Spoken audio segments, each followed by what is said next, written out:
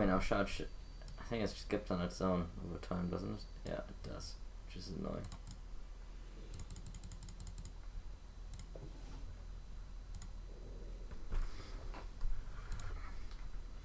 Fire attack is doing Dance of Destruction. You can charge at your opponent, dealing massive damage based on your fire mastery. However, throws you off balance, preventing you from using fire attack for 3 rounds. Bonus attack, maintain your balance and continue use fire attacks.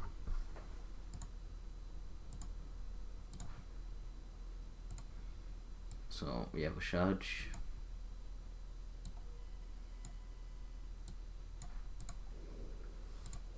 Fourth, fifth.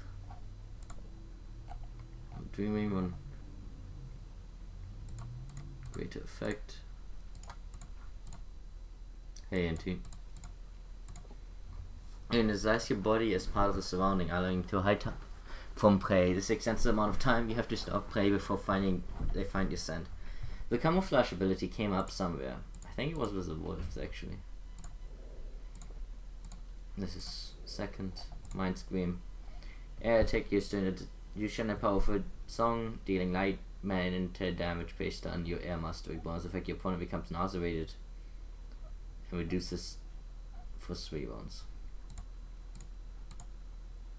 Okay.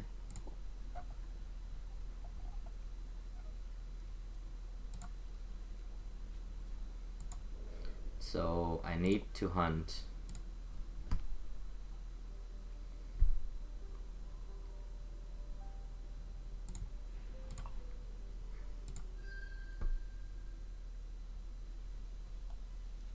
pretty sure it wanted me to kill snakes.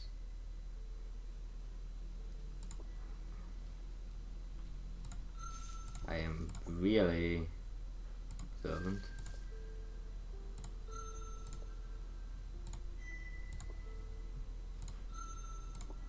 And now that I have the camouflage, I think I can spectate even longer.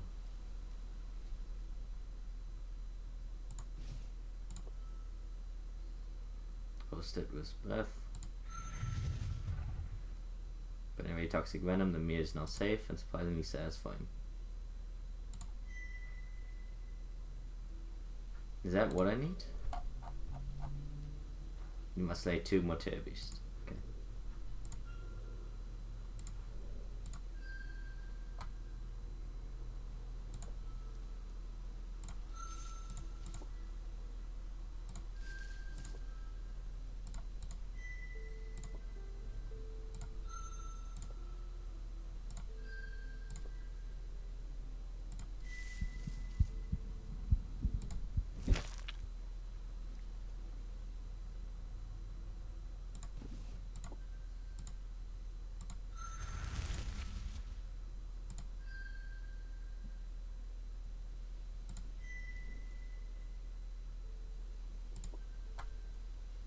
Okay, now I have a bajillion time, so probably gotta do it like 7 times. 1. Okay, actually I have finished the knowledge, so I could probably do it like 7 times. Hopefully that levels up my earth. I really need to hit level 3 on that.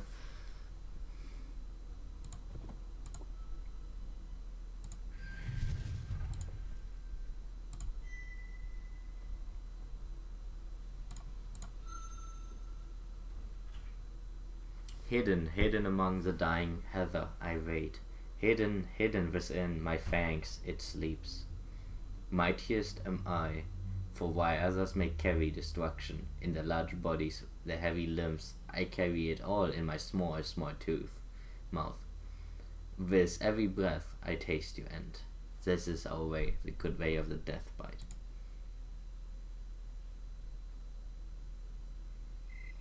I also need the level 3 because I needed to unlock a thing. You turn your lair, you place your final fangs in an entrance, fulfilling the demands of the bitter. When you awaken in the morning, you treasure the story have returned. You are ashamed at having done their bidding, but the sight of the glimmering pile of shining things helps ease your pain.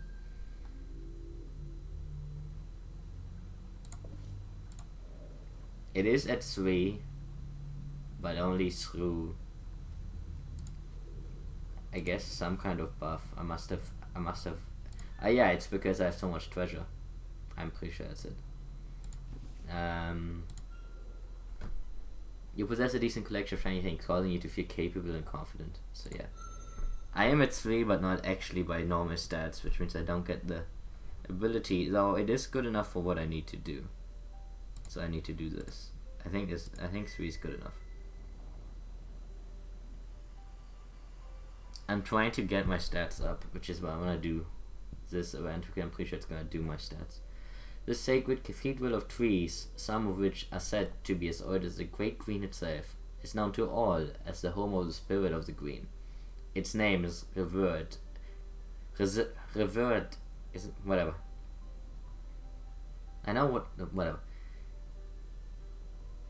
By the Drag, and is the basis of the name of the entire territory. Only a fool would enter this area, the sacred land, with anything but the utmost respect and trepidation.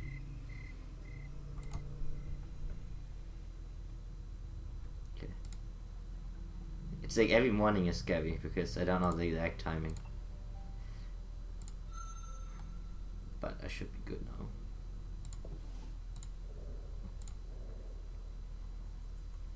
You have been here before, and yet you have never been here. This place belongs to you, and yet it also terrifies you.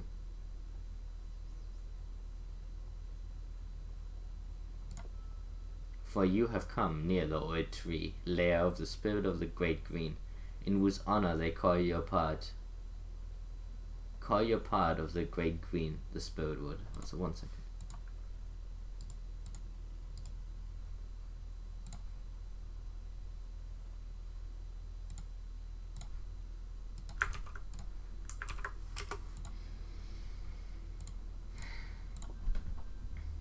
Even the greatest of kin would not enter this place lightly, but still a corner of your soul longs to cross over the boundary from what is to what is.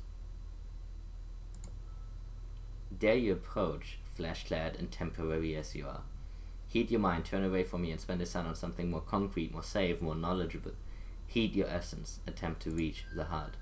I know that I need level 3 because the Dark Fang told me. He said that it wasn't a cryptic form, but he said you need level 3. As you descend into the hollow which craters the sacred tree, you lose sight of it. The wood becomes a twisting maze of paths, and you cannot seem to find your way forward. All paths lead to where you began. Even sun seems to be hidden from you, and kept without respectfully yet firmly by the trees, faithful vassals of the Old One. Suddenly you spy one of the long-ear tribe. It stands upright, its ears erect, and yet you smell no fear. Turning, it vanishes into a maze of undergrowth without making a sound. Out of the corner of your mind you perceive a soothing wash, like the sound of a stream, and yet you know there is no stream near here. Harness the power of water, which rules perception and transformation, and follow the spoor of the long ear. The long ear scent is quite elusive, pulling you in many directions at once. It twists about itself in ways that simply do not make sense. Quieting your mind, you close your eyes and allow your essence to bear you forward, following the spoor without plan, doubt, or question. You flow through the thicket and glade, under fallen trees and through thorns. Occasionally you lose the scent, but instead of becoming dismayed or frustrated, you let your essence be your guide, and soon you find yourself in a new place, having passed the test of water.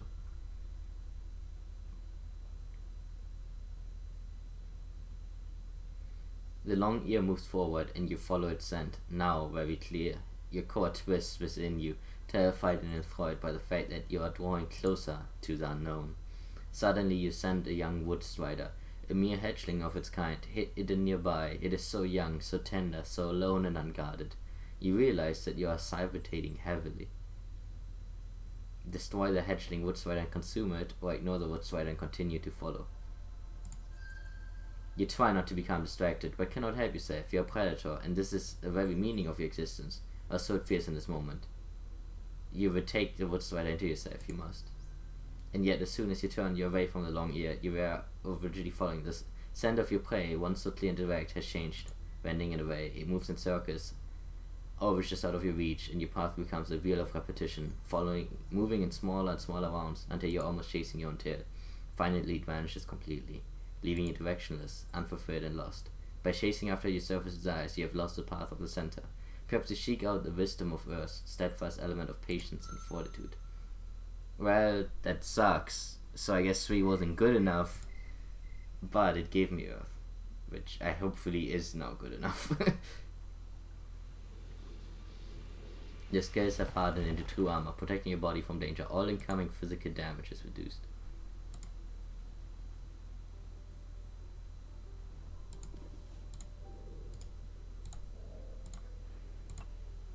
I will try this again. It lets me grind, even if it's not a very efficient way to grind.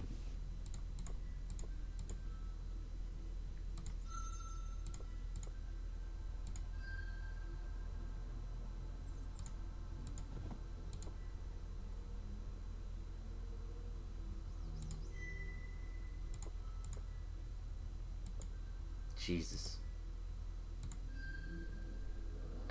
That's annoying.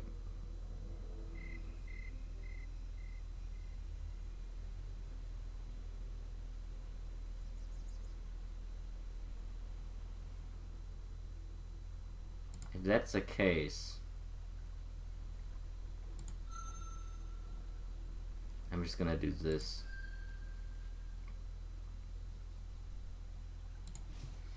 You are and were and shall always be you, whose reed feet extend to the burning depths of earth, and whose head crest brushes the star-littered sky.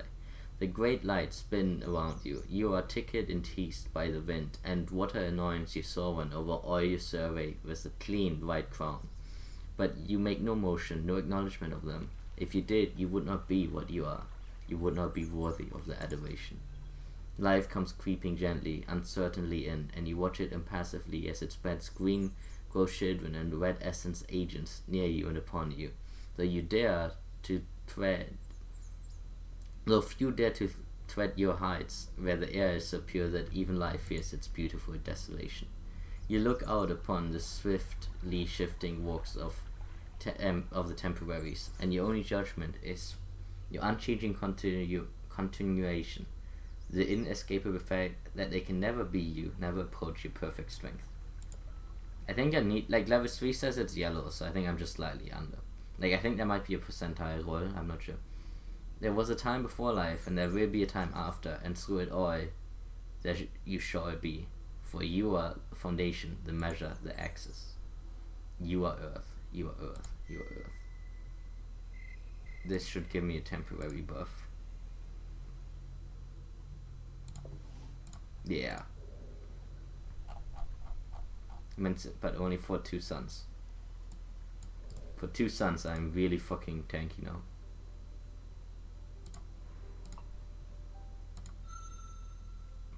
I pretty much never use it, mostly because most checks you don't know ahead of time you will need, but this one I do know.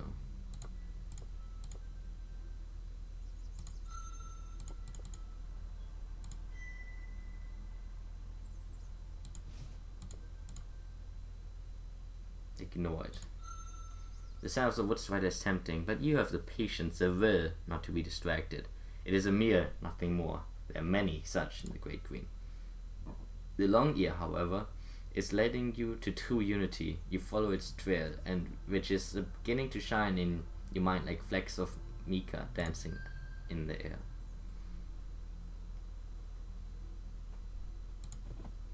The trail of the Long Ear leads you to a small rocky pass. The only way forward is barred by a gigantic boulder. The Long Ear slipped under and around it easily, but you are too large, and your attempt to climb it meets with failure. Use your strength to overcome the barrier. You have come too far now to be stopped by unliving circumstance. Following all of your passion, you desire to continue. You slam your strong body into the stone. Even a hillback would be unable to move it, but you are Draken, greatest of children of above and below. You will not be denied. You will move forward, and you will overcome any who stand in your way.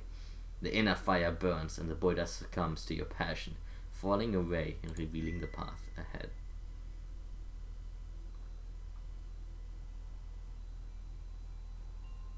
Here the bows form a series of gates. The bows form a series of gates, and as you pass through each of them, you feel as though a solid, factual part of yourself are being stripped away, leaving only the intangible and eternal. The long ear is waiting here for you. It's impossibly huge. I'm the liminal. I stand at the gateway, and I am the gateway. This is the lair of the spirit of the great green. Only those who have seen it in their hearts may enter. If you truly know the great green, if you truly understand the spirit, then bring to me one of its fangs. This is the price of entry. Solve the riddle. It's funny that this is not a riddle you can solve yourself, but it makes sense because it's a skill check. You inform the Liminal that you have already bought one of the fangs of the spirit of the great green. For behold, as the trees are its feathers and the grass its fur, the streams and rivers are its essence, and the stones are its bones, the dragonkin have been from ancient days the very fangs of the great green. In the name of the great wheel which its spirit represents, your people have slain and devoured, broken down and consumed, and protected, and have been fair and fearsome. As fangs destroy so that the body may receive nourishment, you are the greatest of the destroyers, and all your victims have returned to the spirit, the source of life, through you. The Liminal bows its head and lowers its eyes, acknowledging your victory, and you move through it to the heart of the very core of the great green.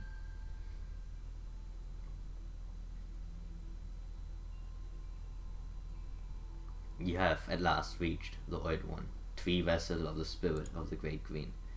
It was the very first of its kind, the beginning of the green, and like the spirit, it has died and been reborn within itself many times. That origin, that center calls you, and you enter it. Almost immediately you are filled with a strange heaviness, and your body drifts into a deep sleep.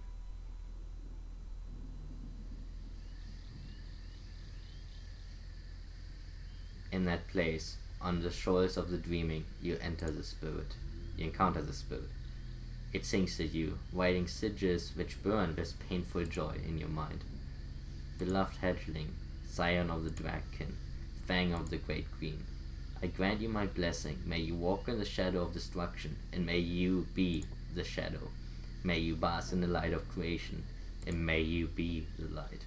I name you my messenger. Wherever, whenever you exist, the power of life shall shine forth, and the others shall fear and rejoice.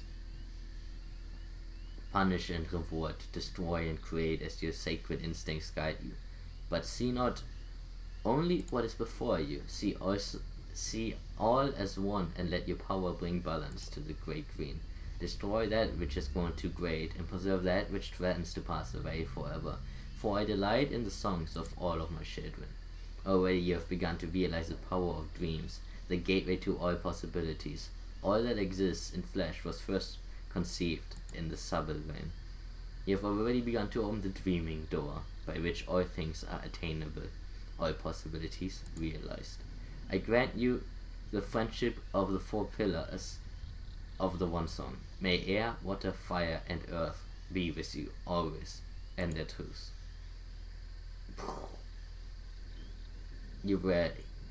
When you were in the chamber, I was there. When you emerged, I was there.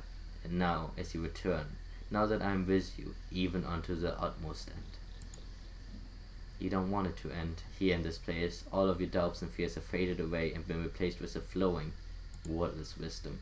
Slowly, however, you begin to feel yourself sliding back into your familiar body, in the void of hard and decaying things.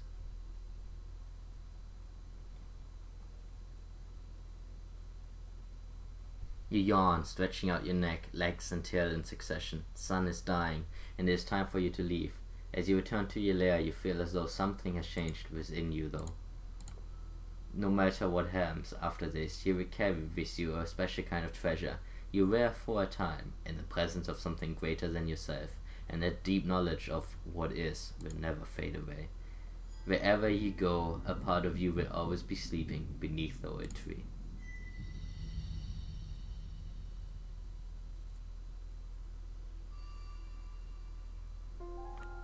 The High Priestess. We are the bridge between worlds. We are the pattern which grows from chaos.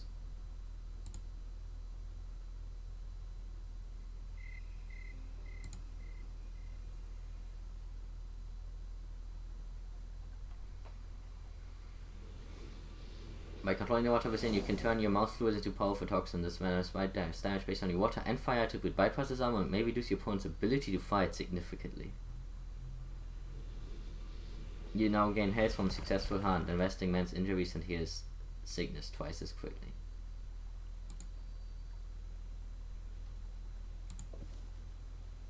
I am way tankier now. I still have Earth Element for one day. So I kinda wanna get into a fight. I know that up here has a fight.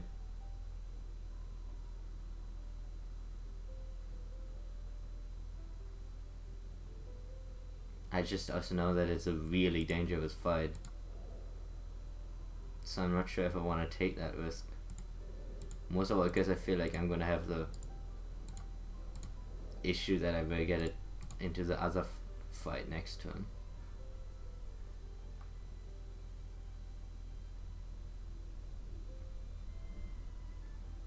Maybe I just do the wolf thing.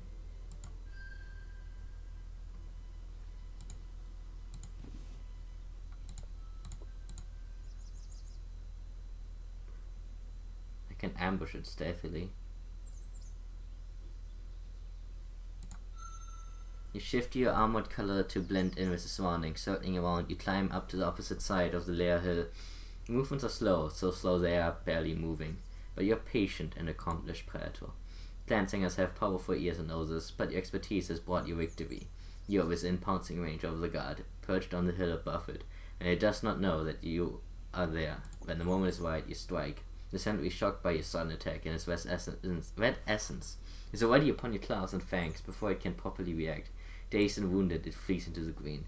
Soon you hear its summoning song ringing out, calling the clan back to the lair to defend it. You must be swift. Entering the lair, you are dismayed to find no shiny things or rare objects. Instead, you see several hatchlings of the clan singer people. They are redolent with fear, but one of them bravely stands and approaches you. I am Shining Eye, last born of the future of the claws of the Spirit Clan. Have you become to destroy us, great Drak? The aroma of the delicious tender milk-fed flesh calls to you. Altogether, you would have a very fine meal indeed, and they are defenseless, their small fangs and claws not even capable of piercing your armor. How will you answer the hatchling? Should I eat the hatchling?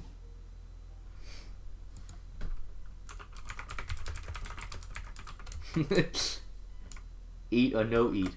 That is a question of my life.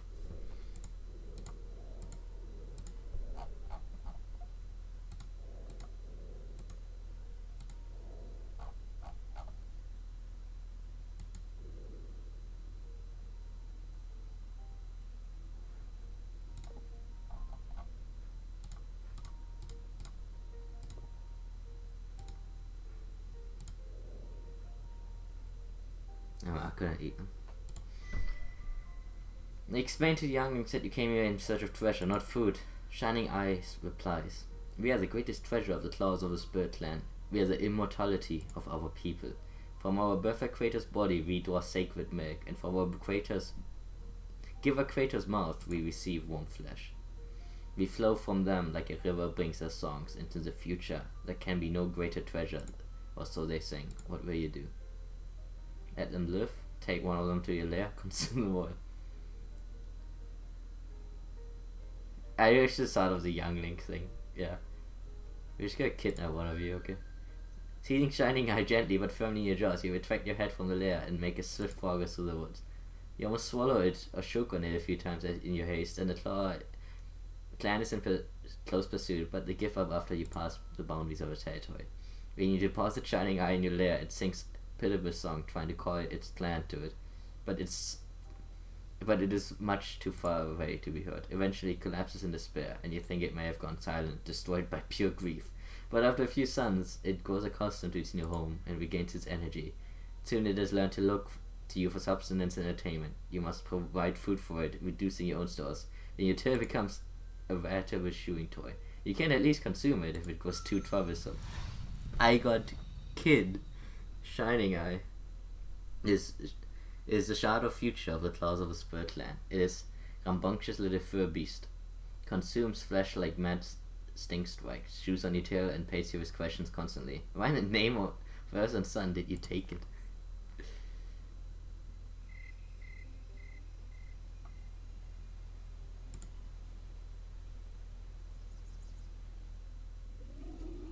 Hey, I was very expecting you, cunt. The screaming song of a kin tears at the morning, yeah. An invader has come. In accordance with tradition, it states its intent and purpose. Sadly, my earth element is gone now. I am the leaping bolt from heaven, over bright, over hot, consuming all. I am the dire flame which cripples the night, forcing harsh light upon shadow. I am the binding blaze, shocking and new. In your mind you label this brashkin flare. O hatchling who dares claim sacred ground, your tender self is not worthy of these lands. By this tree which I have blasted to a smoke, bleeding shell, I challenge you for this domain. When the sun is next born, it shall belong to me. Flee if you value your life and survive. Keep your flesh unmarred, and seek out a new dwelling. For if you are so foolish as to lay your claws against mine, I shall do to you as I've done here. As I've done here, such is my song. As you follow the sound of its source, your feathers tremble and rise. Fear courses deliciously through your veins. Upon your arrival, you see that it blasted innocent tree to utter destruction. It maintains thread stance, slamming its tail into the ground repeatedly. The scent of innocent cinder fans the flames of righteous rage within you. Its mocking song is repeated over and over. The crash of its tail again and again and again. Remain calm. While a fire calls you to action, the patient, humble voice of Earth is strong enough within you to calm the flames of wrath. Observing that flare has a high ground and is in a strong position, ready for any physical attack, you pause. Your feathers slowly relax, and fear is replaced with a more helpful mental weather.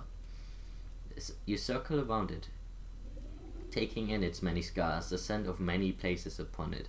This is a nomad, a kin which has not known a permanent home in quite some time. So you are not a complete fool. It sings. Its third song, well, slightly less jagged and more curved now.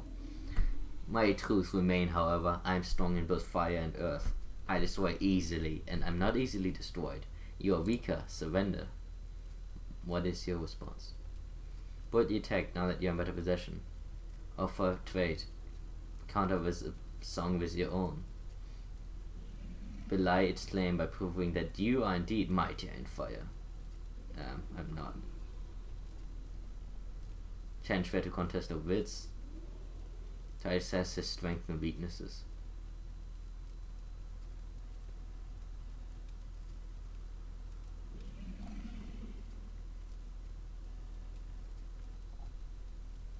Surrender.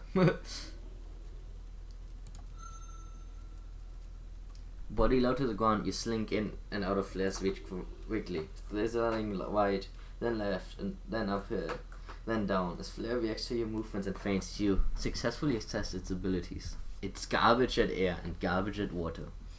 It's very tanky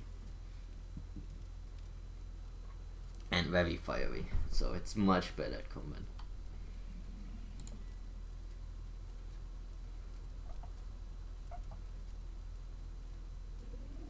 Counter with my own song. Summing up all of your mental strengths, you blast the interloper's hearty song back, launching your own against it. Flare's will is strong, and its aggression leaves no space in the air for a retort, but with a mighty roar you shatter its concentration and force it into a brief silence. Through the sound gap, you sing of your just claim of this holy land. In Flare's mind, you create an image of yourself as the unassailable lord of the Great Green, with your feet steadfast like the roots of ancient trees. The river flows with you. The rivers flow with your essence, the air is your breath, and you are feared and loved by the land. Flare shakes his head, trying to rid its mind of so many images of your dominance. Failing, it launches at you in a rage, but you have successfully shaken its deeper confidence. You have won the dance in spirit. Now only an easier battle of flesh remains. So that debuffed it a little bit. The dance of destruction begins. You cannot retreat from this fight. Stand with pride and fight with honor.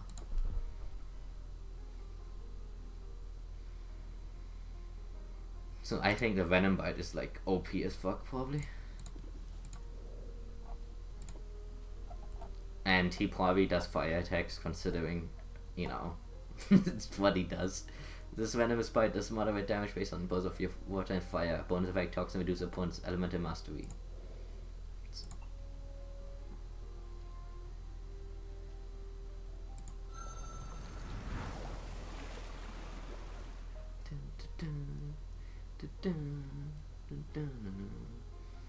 Okay, so now it's yellow. I'm not. You inject Flare with Venom, crippling and pain and reducing the abilities. You deal severe damage to Flare. Flare summoning is in a fire channels a torrent of flame at you. Flare deals moderate damage to your opponent it's bad at and worse for wear. Your attacks are having an effect.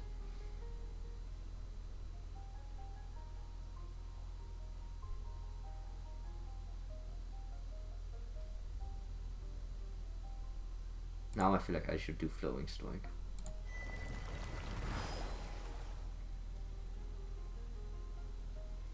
Your opponent is better than worse for wear, having effect.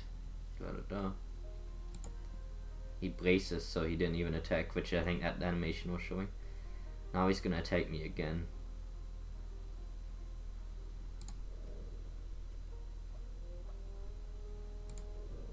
Probably should have debuffed him in that thing. Is my fire higher than his? It's even, so otherwise I would charge him. I'm not gonna do air, that's too dangerous. Pacify?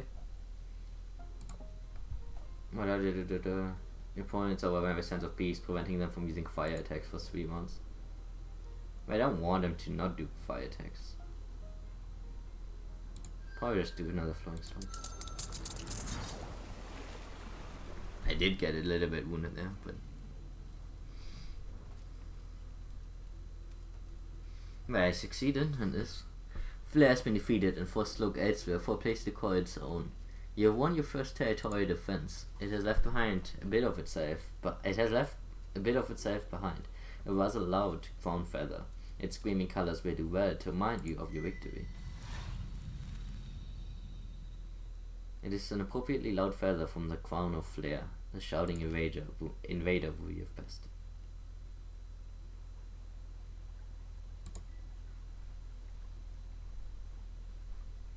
So I'm gonna hunt. Finish the pigs. So I need to hunt something else now. I kinda wanna finish a wolf, so maybe I will hunt them if I find them.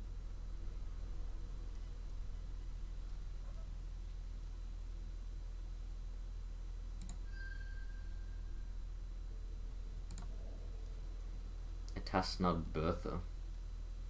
That's not that useful to me though. I will hunt it. Though it is quite... take longer for your son to reach it. Yeah, I don't get anything from spectating it.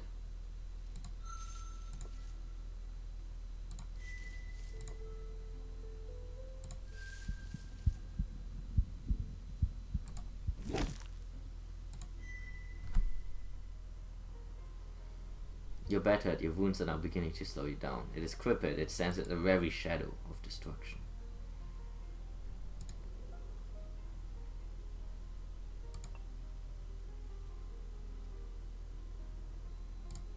I'm just gonna go with a normal bite. It's safe.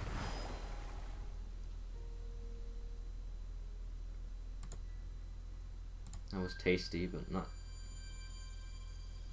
Oh, I hear it because I was like, why am I healing? Yeah, I hear because I have the ability. Hey, it's a white black. It's what was mean to me at the beginning of the game.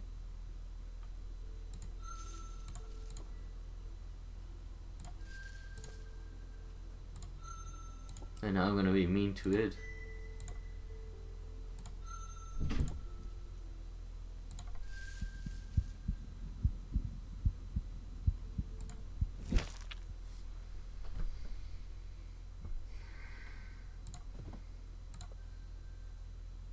Your tongue informs you that you may have been better off not hunting this contrary feather beast, but as you slowly absorb its flesh into yourself, an image comes unbidden to your mind. 5 silver nuggets, 6 golden ones, side by side, and 7 what? Something important.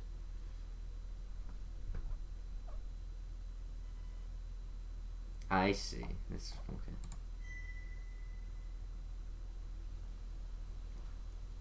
I will hunt it, I think, just for the knowledge. Yeah, I haven't finished the knowledge yet. And favors you, so I can pretty much just do this like 7 times. 1, 2, 3, 4, 5. Okay, right, I finished it, so now I can just kill it. So I'm pretty sure those numbers are for the... Oh, shit. Secret ending.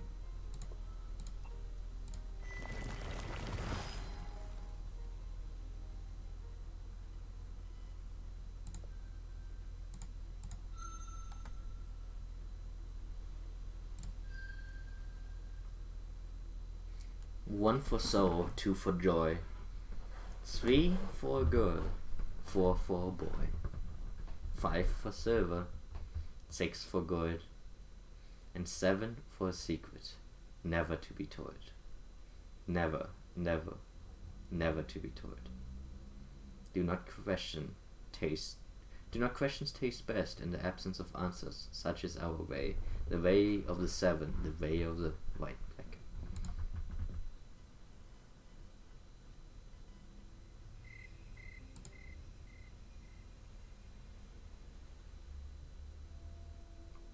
Sub-dogos. You form a big dogo face.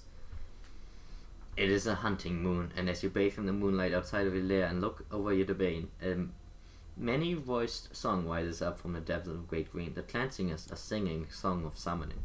We call upon the long-necked lord, the firebringer, remnant of before time. If you now honor come to us, the spirit clan summons you. You find all the warriors of the clan waiting for you on a hill at the edge of the territory facing your lair. As you approach the Giver Chief and the Bertha Chief, the Giver Chief and the Bertha Chief. The Giver Chief speaks first. I am splits the night, who rends the darkness with a clear voice, creator of many and first into danger. This night is given to me to sing of our grievances with you. Unwisely you have dared to challenge our might, and found only failure. The scent of weakness clings to you. You have stolen away shining eyes of beloved. Of the future of the clan you have taken, bringing painful quiet to our den. The Bertha Chief then comes to your fore. I am pregnant spirit, whose essence is pleasing to the Green One. Creator of many and source of life, this night is given to me to sing on your behalf, to count your virtues. You have dealt fairly with our seedling. The Buid dispersed you allowed to pass, and carry our essence to places unknown. Our song and future are strengthened. The clan sings in song. So they like that, but they didn't like me getting owned, and they didn't like me stealing their kid. Don't get why. Behold, we are the claws of the Great Green, and you are not respected by our clan. Your actions dismay us. You are our enemy. Thus do we pronounce as judgment. You shall not enter the Packland again. Never shall you hunt in our domain, nor seek your treasure here. Swear to stay far away from us, or fear the wrath of our bodies and minds. So it is sung, and so it shall be. It seems that you have been declared unwelcome in the domain of the fierce good beast. How will you respond? Swear, refuse, and negotiate. I mean, we can try and negotiate. Fighting spirit turns away from you. Your shining rocks and strange things have no meaning to a clan singer. What would a drag have in its den which could sway the hearts of the clan singers? Show them Shining Eye. The clan singers are taken aback by the sight of their beloved Shining Eye alive. While you hold it hostage, they dare not attack you. Grudgingly, they retract their demand, and will allow you to pass through and hunt in their lands in exchange for the return of Shining Eye to them. Concerning how much it eats, having it gone will be blessing to you, and the deal is sealed. You have earned the wrath of the clan singers, but escape the consequences by using your love against them.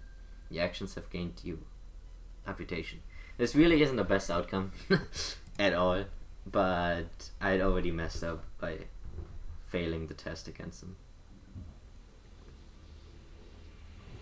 You have now moved so quickly you can attack twice in a single combat turn. After using sword speed, you will be too tired to move for the rest of the next turn, probably. So I can do it twice. Move for the rest for 2 turns. So it's an all-in.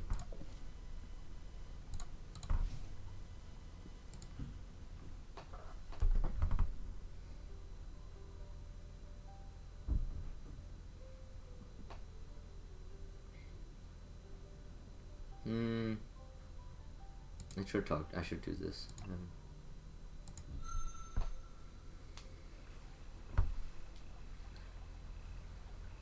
But yeah, there's a bad outcome to that wolf quest, but it's fine. Following the shallow river which runs through the Spirit Wood to the Great Blue, you come upon a clearly and frequently marked scent boundary. One of the kin claims this green, pleasant land as its territory, known as the Riverwood for its harmonious combination of plants and fresh, clean water. Plants of every kind are abundant here, and beasts as well. Hunting here would probably be very easy, but to hunt in another kin's territory without first announcing yourself would be breach of custom. What will you do? I can hunt or I can announce. I'm gonna announce myself. Your song has barely echoed through the trees when a young adult kin appears. It is one of your own Amarid clan, and rather stunning specimen. I am the ranger of proper order. My correctness shines unabated. It pauses briefly to smooth out its chest feathers, making certain none out of place, and prints its quest before continuing. I am the putter of things in place, the one who remembers forgotten distances. I am the lord and keeper of the Riverwood, preserver of the perfect immense. This kin seems rather proud of its custodianship of the region. In your mind, you name it Warden. It picks through the feathers on its right wing, examining them as it waits for you to state your business. What will you do? Compliment its appearance, acknowledge its territory, ask to acknowledge yours, ask about the notice, wager 10 things for a challenge for a piece of treasure. I'm gonna do the wager. One tilts its head slightly, pondering this. I've long admired number, absolute, inarguable, concrete number. For many turnings I have played with number in the garden of my mind. It soothes and consoles me when I am dismayed by chaos. Within number, all is either correct or not correct, as it should be, with no space for disagreement. Therefore my challenge to you is a challenge of number. I shall present you with a problem. Prepare yourself, for once I present it, you will have but a short time to answer. Here's my question for you.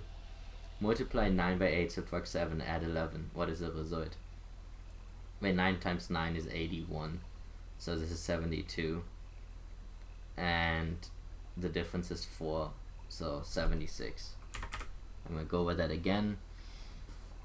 8 times 8 is 64, and then that's 72. Plus 11 is 84. Minus 4. Whatever. Despite having lost, Warden looks happy, thumbing its and offers you a small artifact of some kind. Well answered. I have hope for the future, knowing that youth among the kin can move gracefully within the sacred crystal realm of number. Heavy Cube. The most interesting aspect of this Shinestone object, which you obtain from Warden, is that it is much heavier than anyone would think possible for something so small. Could wondrous power be inside? Ask about the notice. Those face the degenerate other spawn, it huffs, lashing its tail back and forth. They creep about the periphery of my land to disrupt my order. I have made certain that none who enter my territory leave alive. They do not belong here, and as long as they remain, order is threatened. Their pollution, their chaos is inextricable from their natures. In the end, however, they are nothing but other spawn, and easily destroyed. Such pitiful, weak, twisted things are not worth another moment of consideration. We defy our songs merely by thinking about these disgusting droppings of the defilers of long ago. Interesting, he knows about numbers and he knows about the defilers of long ago. So I'm gonna assume he took the test, I don't know how. but maybe he just did it at some point. He knows. Complimented the prince. One print itself as it listens to your praise. This body is indeed superior, but still maddeningly imperfect. This talon is slightly shorter than its mate on my other forepaw. The color of this feather on my breast is off by a fraction of a shade from what it should be, and those are not all. Still, I move toward perfection. My claws are fewer than they were. Eventually, I shall attain it. My flaws are few. Acknowledge it territory. Before I respond, answer that. What defines beauty? Order, passion, symmetry, functionality, correctness. Beauty cannot be defined. Say that you do not know.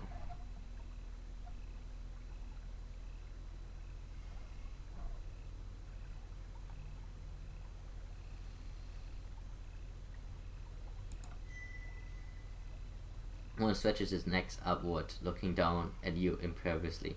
Then it will please me to teach you. Teach you. Beauty is order. Nothing more, nothing less. All things have an ideal form, and ideal void exist, which they indicate through their symmetry. Have you not seen the stars in the night sky? Some are brighter and some are dim, but they all have their place. Their dance is so perfect that it has become permanent, an unchanging stasis. We too could be like they are, immutable, immortal. I have endeavored to make my demands a monument to order, with not even a leaf nor stone out of place. It has not been easy, and chaos constantly menaces, but one day I will have the perfect territory. You have gained Earth mastery. Now sing of my way. Is it not good? Is it not just? I have sacrificed many suns, even moons and turnings, to my pursuit of perfection. Can you deny its result? Is my territory not most beautiful? Agree with the one's actions are good and just. Disagree on practical grounds, good though it may be, his objective can never be realized. True perfection is simply unachievable. Disagree on moral grounds, one's idea of perfection may not coincide with other beings, by forcing its land and creatures to act the way in which its one violates the great way.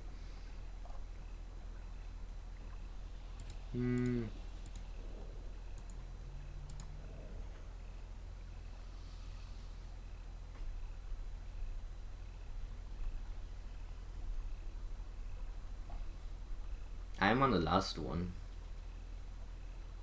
Like, realistically. But, on the other hand, I mean, this guy doesn't seem to care that much. He kidnapped a kid. One prints its feathers fastidiously. Indeed, I find you a reasonable dwarfkin.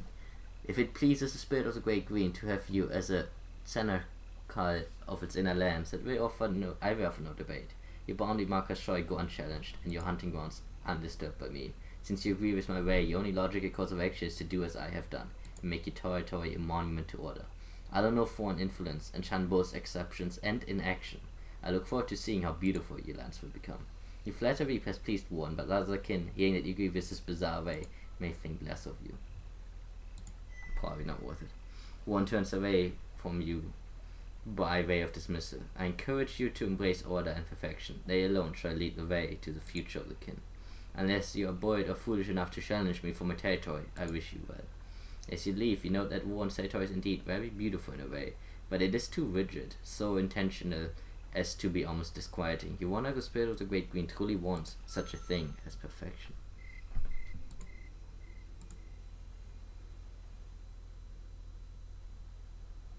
I kind of want to research the artifacts, but I also want to do all of these first, so I will do this.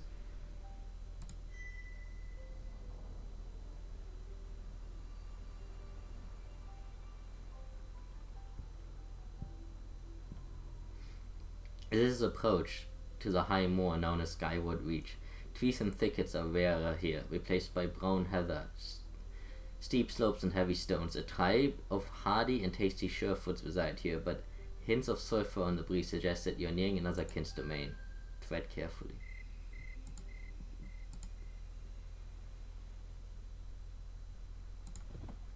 I think I will actually do the artifacts first.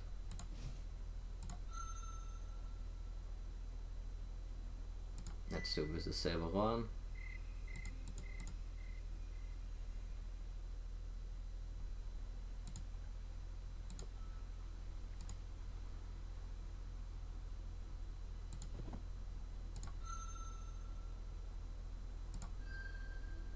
Trafel.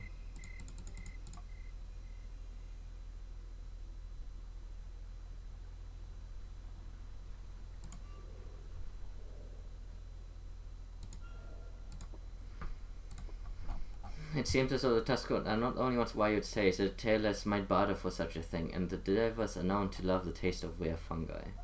This was a to drag. There was 25 shiny things in trade, though if you knew what it unlocked it might be worth more. It seems to be some kind of key. The silver ward was granted to you by Darktooth. It seems to be some key, kind of key, the shinestone of which it is made of actually not silver, but some kind of strange amalgamation of various shinestones. It's well nigh indestructible.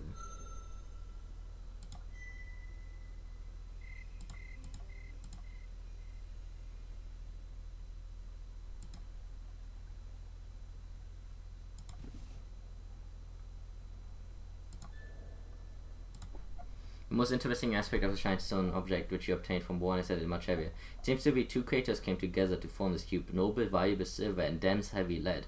It has some use for well-versed hidden ways. It has some use for those well-versed in the hidden ways of Earth's offspring. It was 20.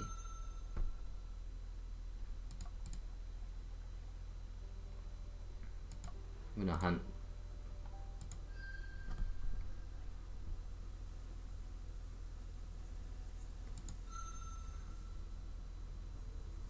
The taste of Great Horn Surefoot essence is upon the air. It seems completely oblivious. The upwind is from you, so I can do this like 7 times. 1, 2, 3, 4, 5, 6, 7.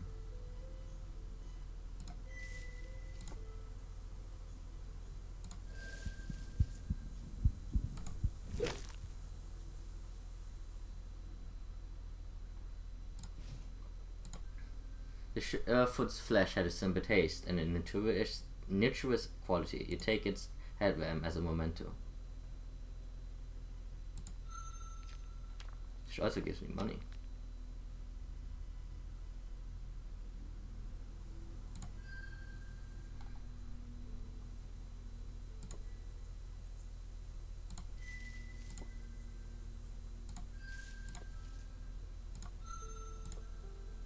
I'm really good at grinding now, so I think I'd be okay. I can grind these experience very efficiently. I was having a tough time with the stats, but then it just kind of came together.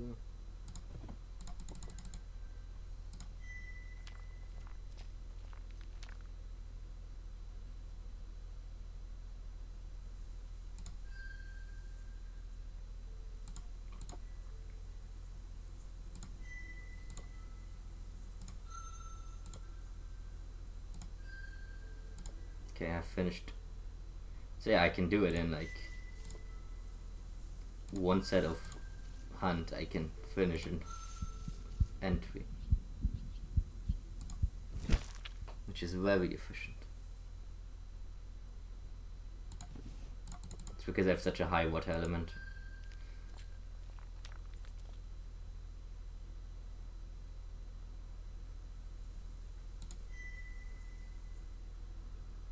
We are the people of the high places, where the sky scrapes against the stone, where others dare not tread.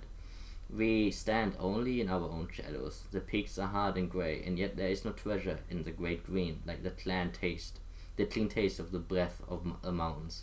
The naked stars burning above us, close enough to touch, to reach out with our tongue and taste, learn to make the high places your home, in thought and in reality, and every battle shall be downhill, every conflict to your advantage. This is the way of the good way of the great thorns. Your mustard element is grown. I think it just gives our stats.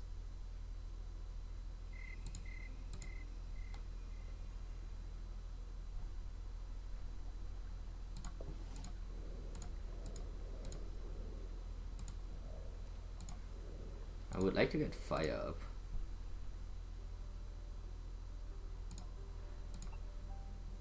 Now I'm gonna go investigate this.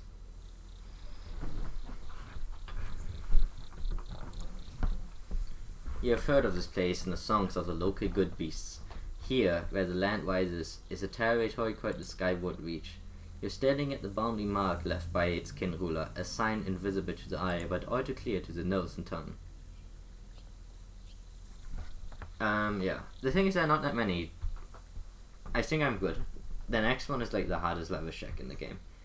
But I think I should be okay. Without spoiling it, there is a way to get around it. That is like the easy way to do it, but I failed that already. But it's one of the reasons I have the bomb. I think the bomb should be a good solution for it if I need to use it. I was gonna use the bomb either on the dude that I just fought, the red one, or I was gonna use it on this upcoming one. Tradition demands that you either turn aside and leave, or enter unannounced, or announce your presence. The Song of Pronunciation echoes down about the low hills, but even after many breaths, no response arrives. Tradition dictates that if an announcement goes without a response, the announcer is given leave to enter the territory without dishonor. Do you do so? Yes. Cautiously you enter the reach. In short order, you come across the scent of a wounded surefoot. There's a possibility of further exploration and easy meal. Thus unified, you follow the trail until...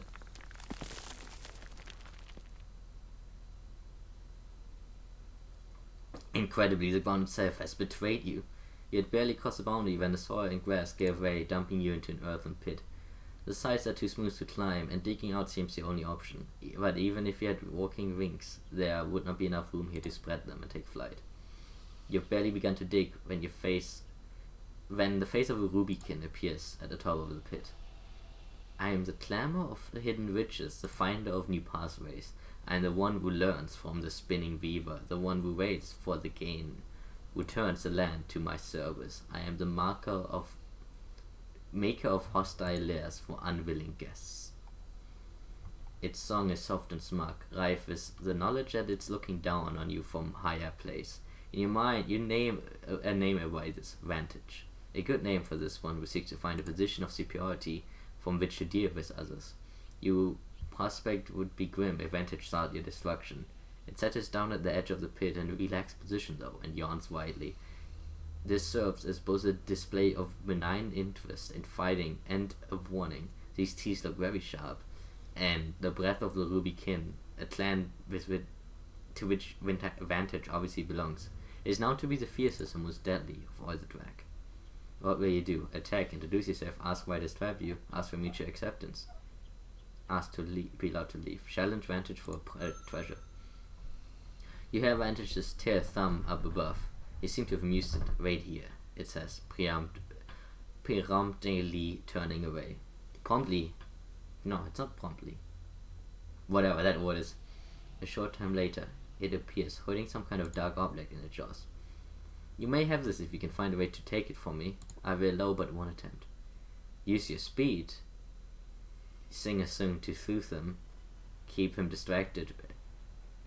And then wait for opportunity, or offer 25 shiny things. Well, I'm really soothing, let me sing you a song. You begin to tell a deep blue story to Vantage, a tale of water and night. You weave slithering images of slow green beings through the reeds of your opponent's mind. Wary of this, Vantage resists, filling your mind with orange distractions. You await them, even walking them into your song, turning them into a peaceful sun high above a broad sea, whose fathom invites Vantage to sink deeper, to find a cool oblivion. Finally, eyes unfocused, Vantage lets out a yawn. Too late, it realizes its mistake and tries to close its mouth, but the artifact already falling. As you take possession of it, Vantage growls. Boring me into releasing it? How artful. One side of the pit collapses, creating a relative easy way out, though you do not know how Vantage caused it. Leave now, do not return unless prepared to challenge me for my lands. The ruby drag is gone by the time you climb out of the trap, soon you are safely back in your territory.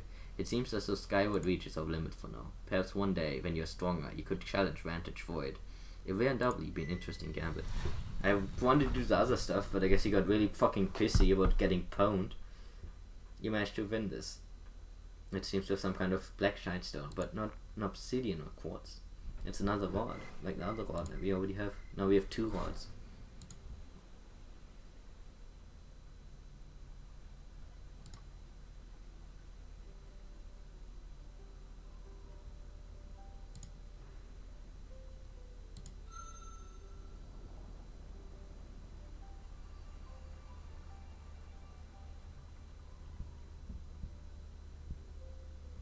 Water is enamored to this area and gathers in countless pools and marshes. Trees made into tall grass and cotton-tailed plants. This area is dangerously close to the huge marsh known as the Empire of Weeds, an area claimed by a sapphire kin as its home. You may hunt water beasts here or request an audience with the Weed Lord, but perhaps other things may also be found in the red, warm wood of the green.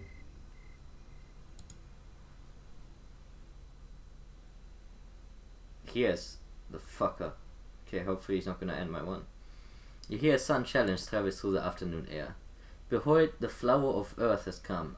Our magnanimous patron challenges the holder of these lands. Stand before the one who rises and prepare for vagrancy. You are certainly being summoned to defend your territory, but there's something very strange. The voice is not that of a drag. Freya, greetings, a drag. You shall end now before the fabulous, marvelous, transcendent, magnificent, rising flower of earth opening into beautiful maturity. You decide to call it Bloom. I speak with the voice of our enlightened master. Earth has revealed to our patron's advanced mind that this land, the spiritwood, is destined to be our home. Soon the green shall be transformed into a bastion for our prophet and liege, and all who wisely worship its pure and perfect perfectness. If you are so cursed and miserably foolish as to stand in the way of perfection given flesh, state your terms of defense, but beware. Would you make a challenge of battle? All of these warriors you see are with the master, and all will fight you together. Against such unity you have no hope. A challenge of minds, all of us are one in thought. What riddle will you pose that one of many will not know? That one of the many will not know. You are already defeated. Depart with grace, and let not violence mar the wedding of this land to its rightful overlord. How will you respond? Challenge and experience of physical battle, challenge to battle with. Question Bloom and his followers. Being fairly certain that Earth has not appointed this or any kin to speak for her, you question the assertion that Bloom is her prophet. The herald replies, behold, another prophecy fulfilled. In our presence, the Lord's beneficence. Were we not told this very son that the drag of these lands would malign our master's status and question our faith? Great opening flower, now rising, freed us, protects us, makes new paths. Now, how like Earth the great birthright is. Some of us were slaves to the tailors, but the exalted one took us in. Some were outcasts from the tribes, doomed to destruction, but were found a light by which to see, a fragrant breeze to scent. How would any not sent by a greater power have done such a thing? Rarely our patron is all-knowing, all-hearing, all-scenting, incapable of error. Except the fact that there is no song which may change these creatures' mind, or call Bloom's divine perfection into question. I am really high in that stead.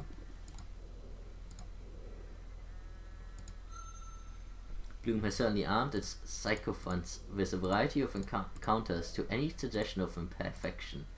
Many revolve around placing the burden of disproof upon you, relying on the simple fact that one cannot conclusively prove the absence of anything, including even the most far-fetched assertions.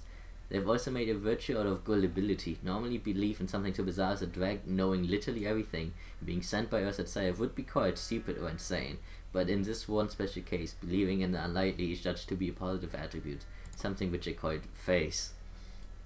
Earth is, as usual, unwilling to weigh in on the conversation herself, which they interpret as a tacit approval of what they are singing, conveniently. Wisely, however, you avoid making declarations of falsehood outright. Instead, you engage in respectful conversation. You guide the beast through thoughts to one thing and then another, and in the end, it all comes down to the color of the leaf you hold in your claws. Bloom counters cleverly. Each animal says that it is of different leafy color, and if any of them are correct, you must accept that Bloom was correct. By that logic, they all speak for Bloom. They are shocked when you open your paw and show that you have not any kind of leaf at all, but a small grey stone. It seems that Bloom could not even tell what was right in front of him. Bloom's disciples do not know what to make of it. Their fervor to face him better has lessened. Bloom is deeply insulted by this and steps forward, shoving past its followers to face you personally. Its honor is at stake. The dance of destruction begins between the two of you.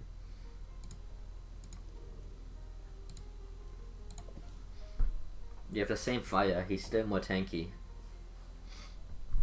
I returned Ilya pauses, gathering up all his power, prepared to reduce this foe to ash. The thing is, he tells you what he will attack, which is useful. I think I'm gonna do water for this one, and then I will do the bomb the turn after.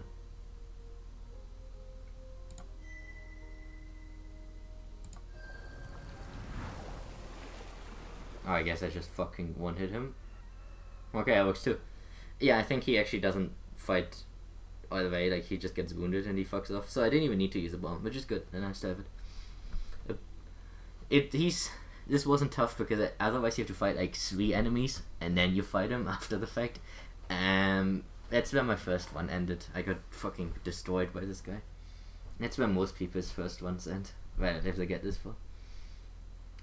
Because all of the stat checks are really high and the fight is almost impossible. Bloom has been defeated and driven away. Victory is yours once more. As is another feather token of your power. As it passes out of your territory, you hear Bloom's herald announce, "Rejoice, relievers in the perfect one. Our Hierophant and Overlord reveals that this was not the promised land, but merely a test of our loyalty, which we have passed. Rejoice." Most good beasts, however, are quite aware of the truth. You have crushed another invader, and the Spiritwood, heart of the Great Green, remains yours and yours alone. But yes, it's a great and powerful Bloom.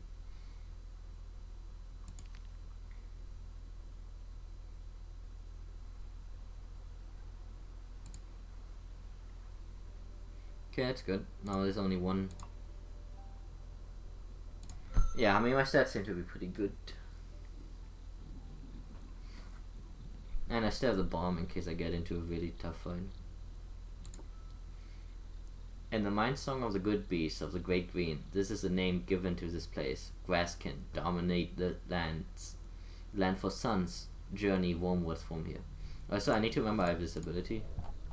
I can attack twice for one turn.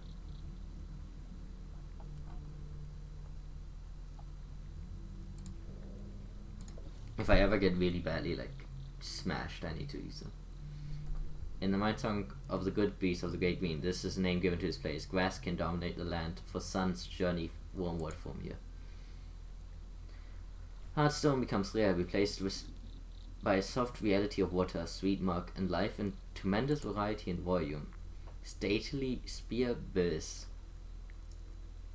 wait between tiny islands. Waterbound creatures warm in the shallows. Hard-shaped claw snaps ply the mud, and large creatures of many kind visit to graze, drink, bathe, and hunt. Of course, this large territory would not be without a drag to claim it. You stand at its boundaries, sand-marked by the kin whose home it is. What will you do? Announce your presence. You sing a song of annunciation. The mighty rush of air from your voice startles nearby feather beasts, sending them skyward. Soon afterwards, a kin appears, one of the Sapphire clan, with power wherever Waterloo is. It is capable of flight, judging by the size of its wings, but still young for an adult, perhaps only 100 turnings old. Its mind song is fluid and graceful, starting with the small shapes and expanding images of emotions outward into all directions. I am the slow, hidden current which builds to a crushing wave. I am the patient breeze which rises to a tempest. I am the Weed Lord. How will you address Tempest, the Weed Lord? Introduce yourself and say that you've acknowledged your territory. Say that you have come to trade with Tempest. Ask about the Sapphire clan. Ask if Tempest knows Darktooth. Challenge Tempest for... I guess I will introduce myself. Tempest listens to an introduction patiently and without brief consideration answers. So shall it be. I have little interest in the Coldwood Wiseskin, and furthermore, that land is overblessed. The spirit of the Great Green lives close by. To claim it as territory, as you have done, is perilous and presumptuous. Here, where water and life are plentiful, is the home of my choosing. Remain far from my empire, and I shall mirror you in action. Challenge Tempest for control of Empire of Weeds. Challenge Tempest for a price. ask about the Sapphire clan. While your Emerald clan becomes enamored of the Great Green, my clan made a pact with the Great Blue. We gave ourselves over to water, its wisdom and its music. Our bodies flow freely through it, and we can hold air within ourselves longer than any other clan, allowing us to dance in the dark depths which the sun has never seen. Fire holds little sway in the water realm. We battered away our flame breath for a new kind of fire, the sparkling lances which spread shock, stun, and kill. Still, we have far more in common than otherwise. We are kin as you are, true children of above and below, greatest of the beasts, save for the sun and the earth himself. We seek treasure and prey and dominion. We are true kin. Hasi knows Darktooth. Darktooth is an elder of my clan who lives westward from here, in an almost barren land, infested with tailless. Once it was overlord of many tides, but it abandoned the cool waters for a dry wasteland. It is one of the 7 great elders, the Paragons. I cannot claim to understand its purpose. Its wisdom is far famed, and its song carries the weight of mountains, though some of its recent actions seem strange. Do you want to trade? A mere child such as you is unlikely to have anything of interest to the Lord of the Empire of Reeds. Perhaps when you have grown greater, there will be more to sing. It's kind of funny because it's like, when you asked your daddy, he had that response too, and then he corrected himself, saying that arrogance is unwise. But you can see that why a pretty nice dude, he doesn't have the same wisdom as his elders. Challenge Tempest for a prize, the treasure. Tempest here rises and falls in a gesture of mirth which sends water splashing. Very well, child, for 10 tiny things, I will wager a lesser artifact which no longer interests me. Would you truly engage me in a riddle challenge? Yes. Here's my riddle. I am the herald of he who is greatest. I break, but I never shatter.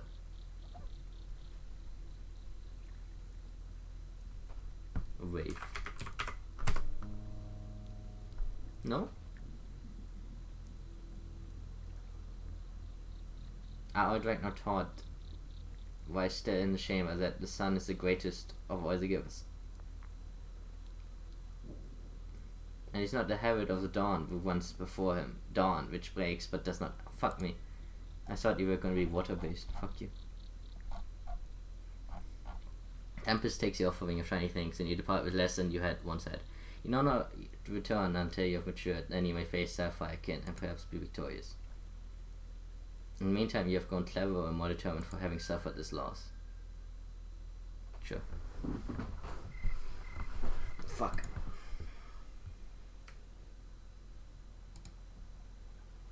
Right, I should do this next, I think. I've been holding off on this for a while. After spending most of the sun following various scent trails through the rich, warm air, none of which led to food or treasure, but the weather is so often that it is difficult. Okay, one more time.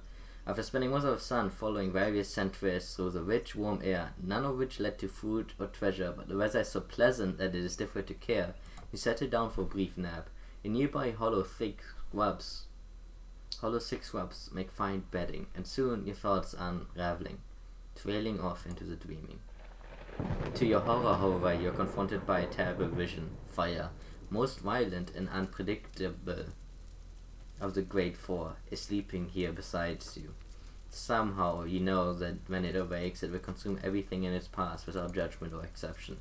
Fire always goes where it wills, but this great fire, which has not yet been born, is a tragedy of massive scale. Even your own lair and trove may suffer. You see the overgrown plants feeding it, making it stronger. Countless trees are lost, infant feather beasts are roasted in their own nests, and underground dens become tombs for those who could not flee in time. Those who do escape will be far from your territory, and finding your food will become nearly impossible. Starving, you pick through the bones of the quiet, and the green turned grey. A question arises in your mind, though you fear you already know the answer. Can nothing be done to prevent this?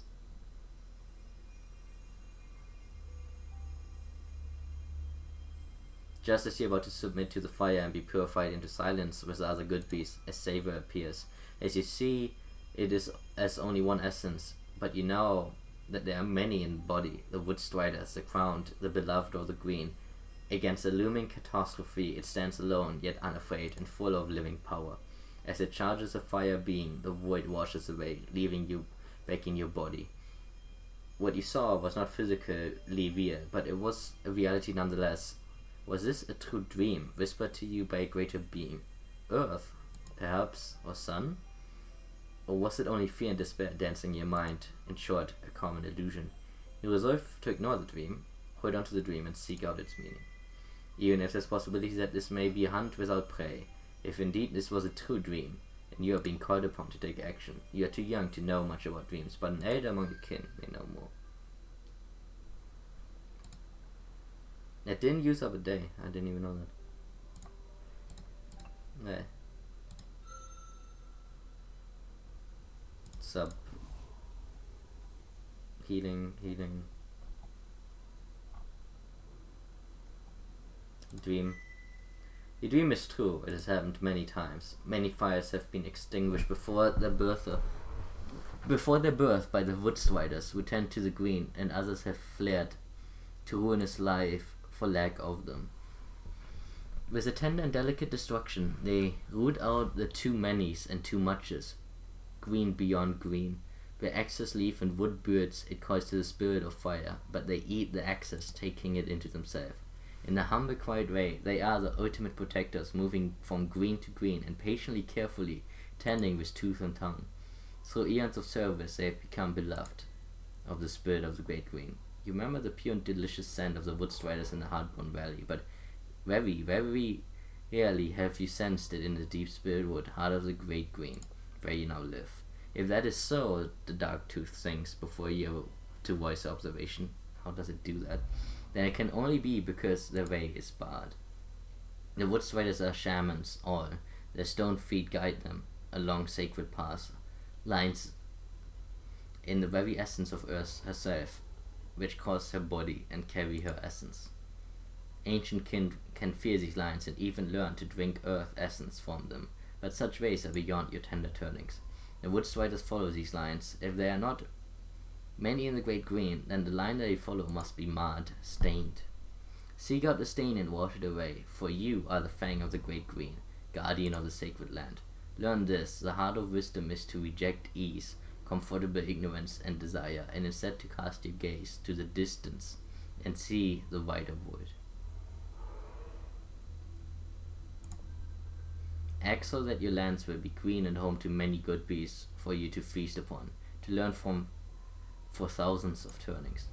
Turn your snout to the wind, seek a place warmward from the sacred glen, and setward from the empire of weeds.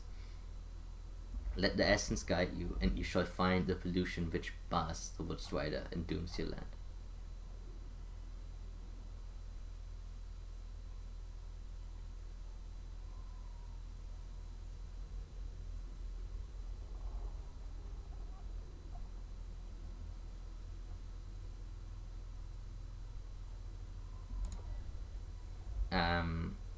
Wormwood and Setwood. And at the last, remember that the wood striders are great indeed, only when you recognize them as the bearers of the true crown where they take their place within the green. Such would be the advice to young kin.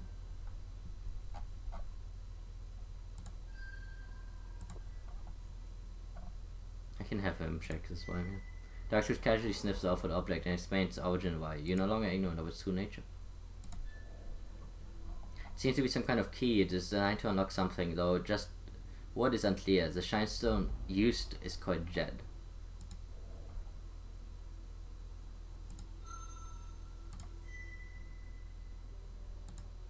This also doesn't take a day. Huh. Well, it said Wormwood and Setwood.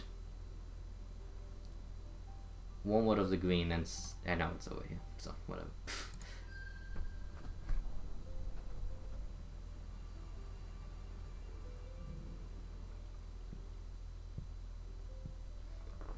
Ancient ancient trees shroud the ground and shadows here in the deep wood. Though outrageously fertile, most larger beasts do not tarry long here for fear of bizarre forces at work. There is strangeness, there is danger, but also often treasure. Will you dare to discover what is hidden here?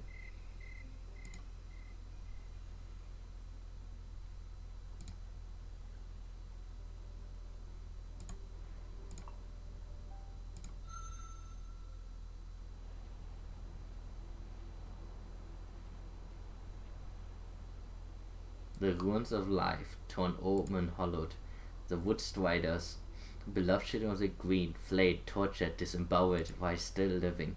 Destruction must have been a blessing when it finally came. What would do this? You will never forget the smell of this place and the thing which has built this lair monument. To pain and fear, it is one body and yet more than one essence. The scent and spirit traces of the tailless and something like a great slight claw are both strong here, but all of them are in agony and yet refuse to leave, bound like a bleeding wound upon what is. You've never witnessed it before, and you were not even sure it existed, but there's only one sigil which describes what you have found here. Evil. This thing should not exist. He can feel great Ursa's terror and deep outrage at its presence. It batters at your soul and you realize that you are trembling. You want to flee far away, never return to this place. Flee away, flee far away, or stay and face this monstrosity. In what may be the bravest moment of your life thus far, you stand your ground. You attempt to send out a greeting, but it gets caught inside of you. Still, the nameless thing hears you, or perhaps smells you, and so returns to face you. Welcome to the home of rebirth, honored Dragkin. We are the last, we will be first, the remnant which makes all things new. We apologize, but we cannot give up any of the bodies of our beautiful shining prey. They are needed. Still, if it amuses you, we shall sing with you. We are starving for conversation. What will you do? You do not want to do this. You do not want to be here. It hurts. Ask the thing what it is. We are the essence of the Blade Fang people. For turnings beyond memory, our great and proud people hunted and roamed in the land beyond the Great Blue. We were warriors without peer. We bathed in the essence of our prey and our enemies. Destruction was our favorite amusement. We painted the land with the inner colors of many good beasts. Our fangs were like trees, piercing even the heights of the great long noses, whose heavy feet sundered Ursa's flesh with every step. We feared none. It is said that the first of our people was so mighty it competed only with the Dragkin. It even slew a kin who dared to challenge it, though the kin was strong and tore it the first muzzle off before it was silenced.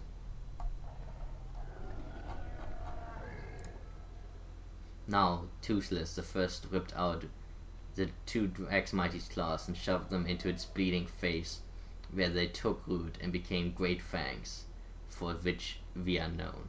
What will you do? You do not want to do this. You do not want to be here. It hurts. Its song is like claws slowly ripping you apart. Ask it what it wants here. We are in the process of rebirth. The great beasts we hunted grew few as the land shed its icy skin through many turnings. The sun taunted us from the too warm sky, and we became broken, desolate, unmany. At last the tailless soil seed of the others arose, destroying our long-nosed prey, hurting the last few of us wormwards. In the end, all of the Blade Fang people were destroyed. There were no birthers, no givers, no siblings, no trace of the music of our glorious and violent way. The last of us was destroyed by the no-tails, and the finest silence descended upon us. We were called back to the source, to quote infinity. The thing grips its stained false fangs tightly and grinds its teeth. But we will not follow. The song of the Blade Fang people shall not perish from earth.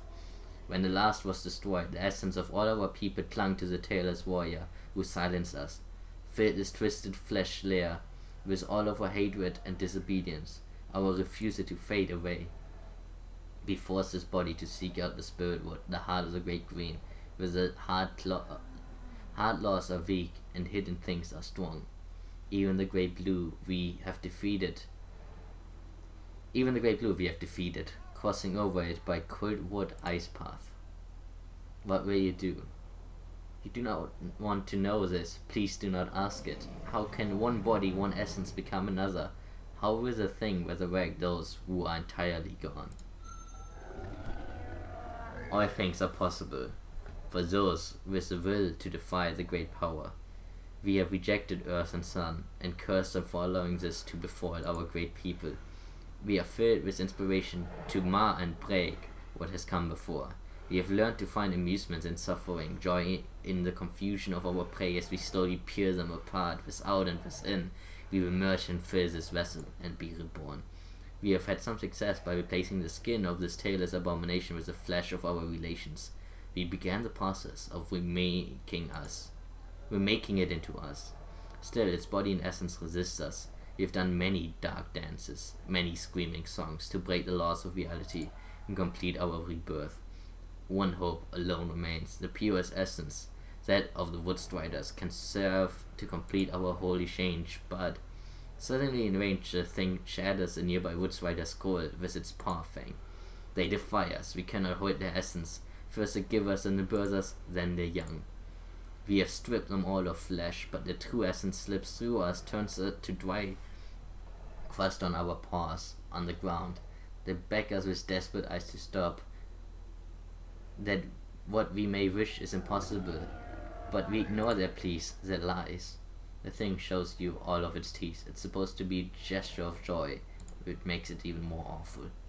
But do not fear, noble kin, we will be reborn with time and much essence. So very much essence, so very much.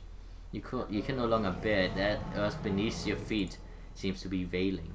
This is worse than the tailless, a violation of truer law, even than destruction and creation. Both of these great and noble forces are being tortured and mocked here. You could simply destroy this abomination, but it is no longer a tailless nor a blade fang, and you have no idea whether you are powerful enough to defeat it. You have heard, however, that there are special defenses against such beings as this, whom reality itself hates. Reality itself hates, yeah. You may know where to begin, but it may take many suns. But this must end. Simply by existing, this thing is staining the land. Earth must be healed. You are her mighty offspring, and know this is the depths of your being. Challenge the thing to a dance of final destruction. You will lay its people to rest. This is very dangerous, but also effective, and may spare you some time. Go on an essence quest to discover how to banish the thing to the void. This will take 3 suns. I don't want to die. I don't actually know how strong he is, but I don't want to die, so. You retreat from that place and make your way to the heart of the green. Also, this is like one of the coolest things in the whole game, in my opinion. This is so great. You retreat from that place and make your way to the heart of the green, where the spirits dwell. Letting your body sleep, but your mind soar, you beg a spirit for a sign. How can the thing be separated and undone?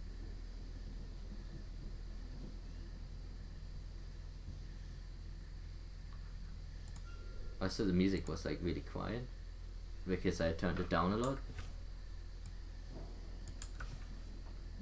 It takes 3 suns, but at last your preparations are complete. You have searched for several things which may help. Have mediated the deep green and danced under the stars to prepare yourself for this ordeal. Now you must return to the cursed lair.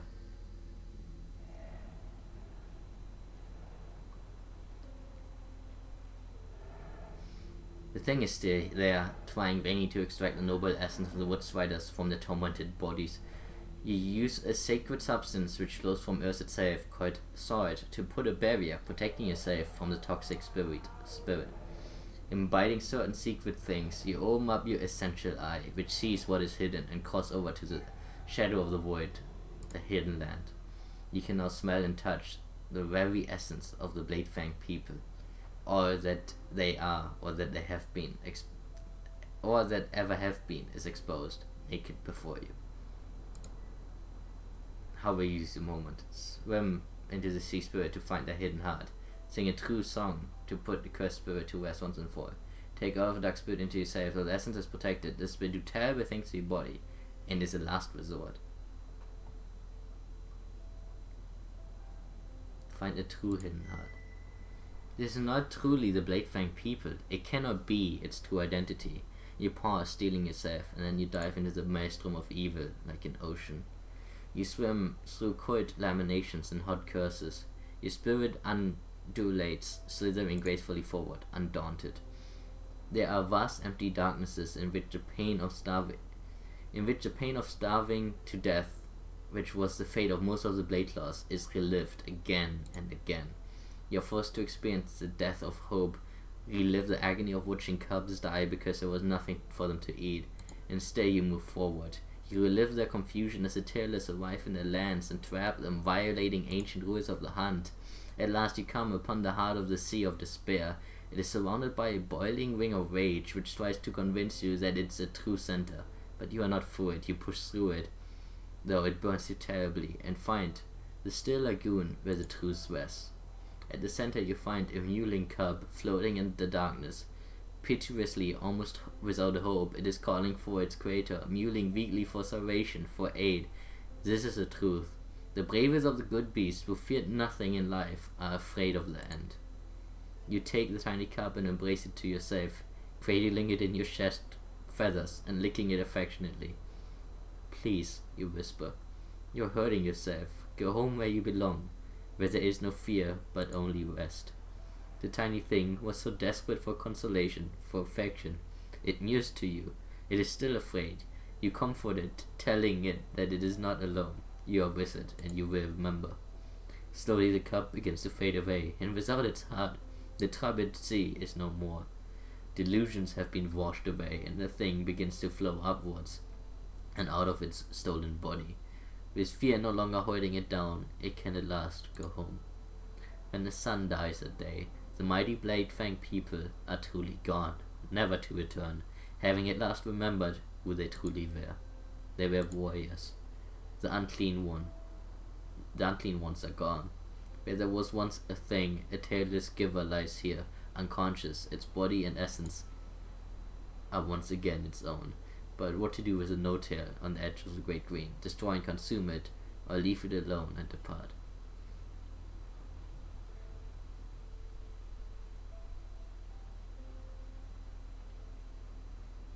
It's probably fucked in the mind, so let's just eat it. There should be nothing left, nothing at all of what was once here. You destroy the other seed in its sleep. Painlessly, you take it into yourself, so that it will not pollute the land. Had it awakened, it would have had to face what it had become, what it had done. Great, great are you in your mercy and kindness. It's over, at last. I actually think that is a correct decision, and I didn't do it last time, and I feel guilty. Should just put it out of its misery. It is over, at last it is over. He leaves the lifeless hollow, never to return. The Bladefang people are now gone. What you did was right and good. You bathed your whole body in a pure spring of water to purge yourself of the horrible pollution. It is quite some time before you feel clean again inside. You may never truly understand what happened in that place, but there are some things which are better left unknown.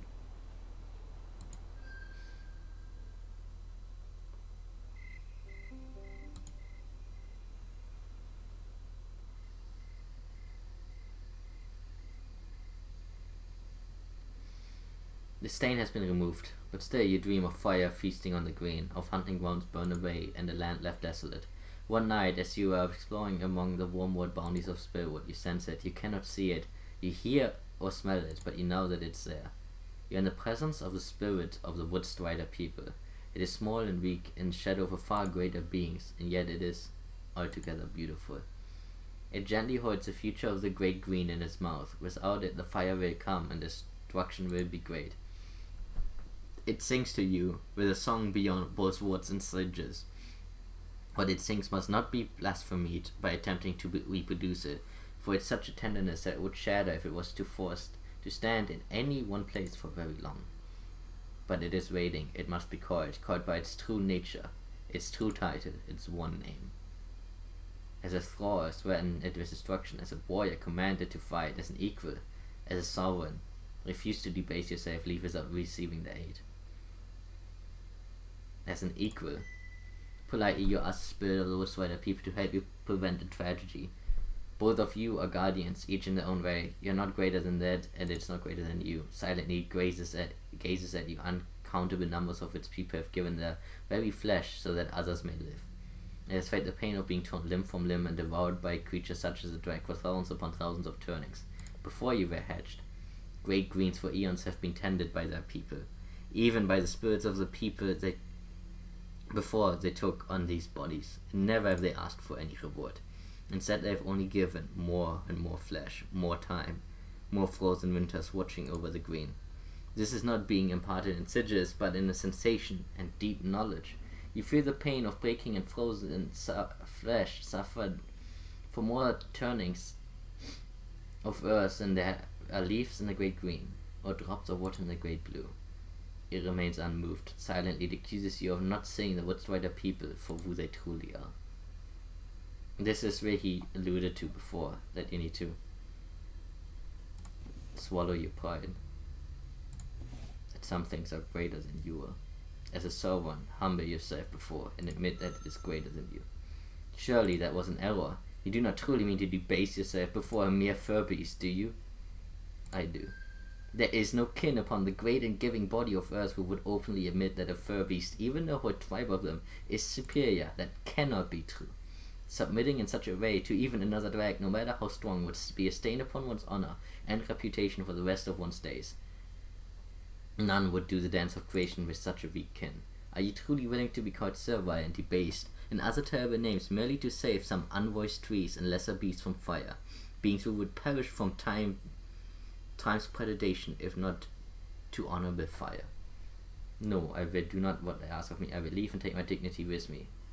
Yes, I will do what others will not. The spirit of dignity whispers in your ear. In the chamber which was made of love, before you emerged into this void, you were taught that the kin are the greatest children of earth and sun. Would you insult your creator by throwing this truth away? These beasts, these Woodstriders, are but flesh to feast upon for the cleansing us, who openly acknowledge a kin as the mightier. They are leaf pickers and grass chewers. There is an order unto the one song, and you place this in its high. Much of your authority rests upon the fact that the kin do not suffer equals, let alone superiors, among beasts. Do not betray your honorable ancestors. If you admit inferiority, you and all drag shall be ashamed of it forever. You are far too important for this. Sometimes the best thing is to simply leave. Leave this place now before you do something very, very wrong. Bow to the Woodstrider people. You are not dignity, you sing to the voice. You are but hollow arrogance. And with that simple naming of its true self, the voice is defeated and vanishes from your mind. Now that it's time to summon the gentle Woodstrider, who give the flesh and the safety and the life so that the green may truly be great, by acknowledging what they are. Belly scales dragging along the dead leaves, dirt bits of tree skin, you crawl forward slowly, head lowered. When you are directly in front of the envoy, you slowly turn over, exposing the vulnerable underside of your throat. In this ultimate gesture of submission, placing your entire life in the care of another. It is the ultimate gesture of submission, placing your entire life in the care of another. The envoy silently walks toward you, and then through you and past you into your domain. The light and great vision fades away, and you are left with the knowledge that its people will follow it. Soon the spirit wood will become a throne to those who have never tried to be first, and so have become the true bearers of the crown. Makes sense. Yes. Leaf by leaf and plant by plant, they will reduce that which has grown too great. And the future you saw in your dreams will never come to pass. You have defeated stern fate. Some drag may sing about how you dared to suggest that the kin are not the ultimate form of life in this void, and your reputation may suffer, but you have had the wisdom to see where the great green itself has given the Woodstriders the crown. They have lost themselves in humble service and found a great treasure indeed. They are the mate of the great green itself, caring silently for it forever. Exceedingly great they are, truly great among beasts. And because your willingness to do the unthinkable, to see the sovereign hidden within the servant, your land will grow strong. Many will live because of your sacrifice.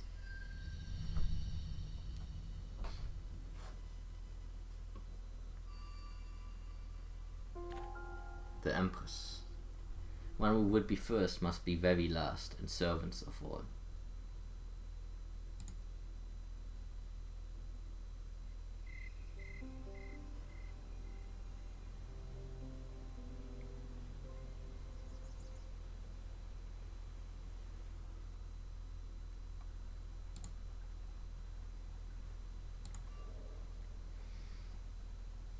Autumn comes, you feel heaviness, shadow of your next great sleep. Like most of the time you have left.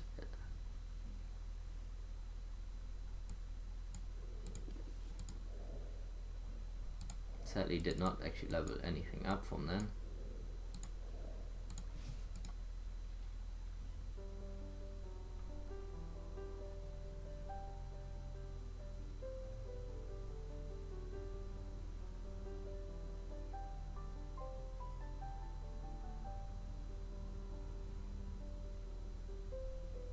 I could do this. I don't know if I succeeded it, but I can try.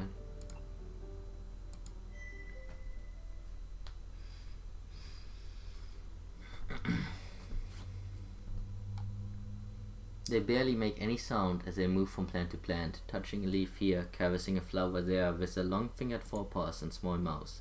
The movements are measured and slow, as if every step, every gesture was carefully planned. They are brightlings.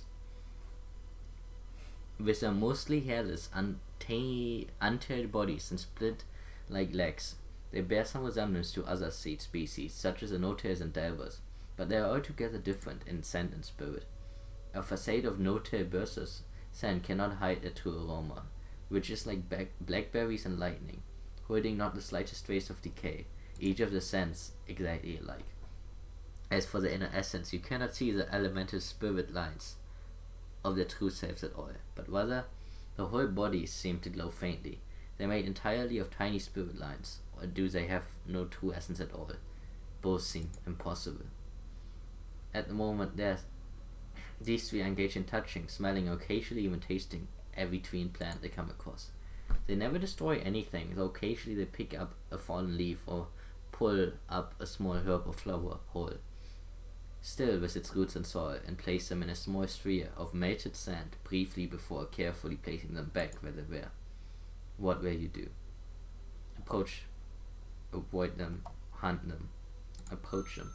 As you approach, one notices you, and then all three suddenly looking toward you with piercing violet eyes. The first sang no warnings to the other, made no sign. How did they know? It is as though the three share one mind, because you cannot sense their minds. Sense where their minds are, you have a difficulty singing to them in the usual way. There is no surface upon which to paint your feelings and ideas. However, they do not quail or shy away from you. The scent of fear is wholly absent, which in itself is more than a little disturbing. As one of them slowly approaches you, a forepaw outstretched, it seems that they wish to touch your head. For a moment, the digits will be upon you. What will you do? Remain and allow them to touch you. Despite the feeling of rising fear, you remain stationary and allow them to touch you. You feel joy, a spark, as they make contact, but you are unhurt. They proceed to gently inspect you, smelling your skin, even use its small pink tongue to taste your crown feathers. Might their tongues be as sensitive as yours? They back away and stand still for several moments, and then return to their prior investigation of the green, ignoring you. Many questions follow you back to your lair. How is it that they were neither fear nor where they prey? That they neither fear you nor prey upon you? What did they do? Why did they wish to touch your body?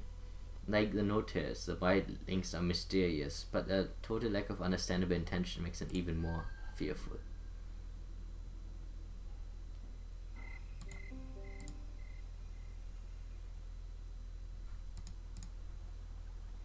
I have no idea if you're still here.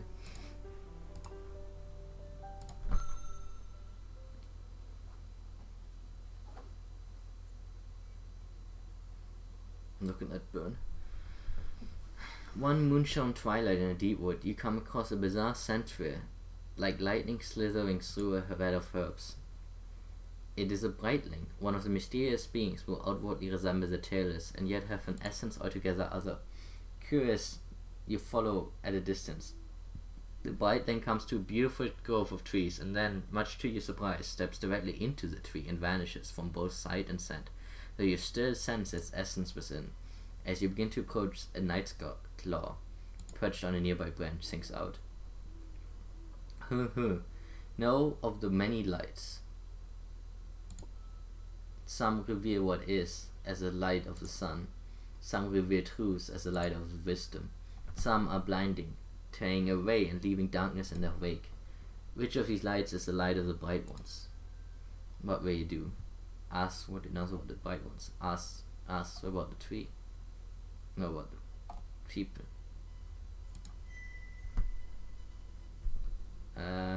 Woo is like woo us. Long ago we were kin, but we traded that essence to moon and to night, and in return they showed us a new way. The dark air cradles our wings. The fresh scent of night soothes our watery essence. Until we melt into darkness, moon shows our prey, revealing from afar tasty morsels plucked from the shadows. Our darklit trees and sleeping trees and sleeping stones. We vanish and then revealing ourselves grow full, like moon, like holy sacred moon. Woo is like unto us.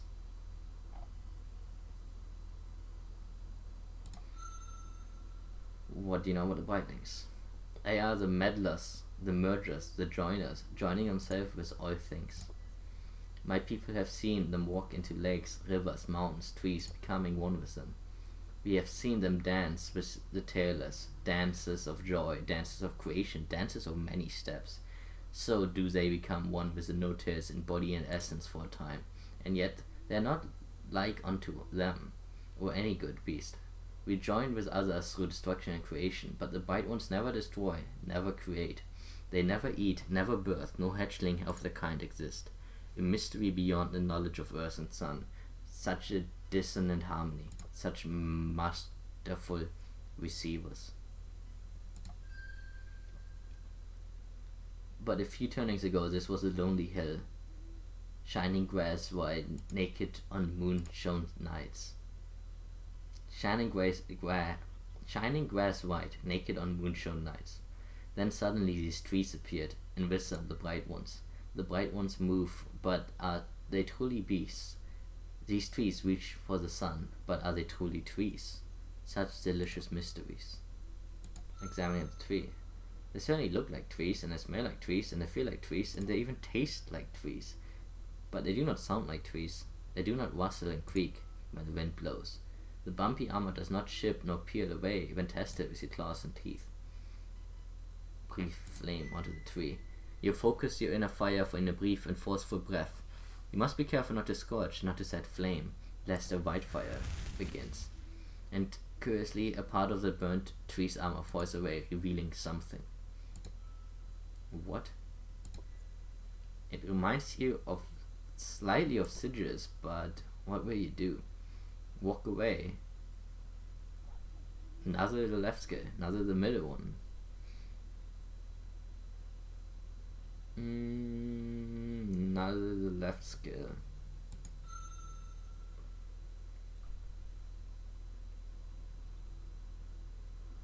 It's not this. It's not this. It has to be the left one.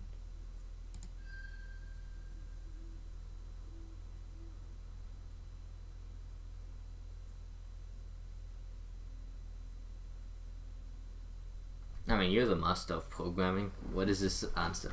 I don't know why that's related to programming, but I don't know what the answer to this one is. So it's a triangle, and then it gets one extra surface at the bottom. And then it becomes a fucking arrow.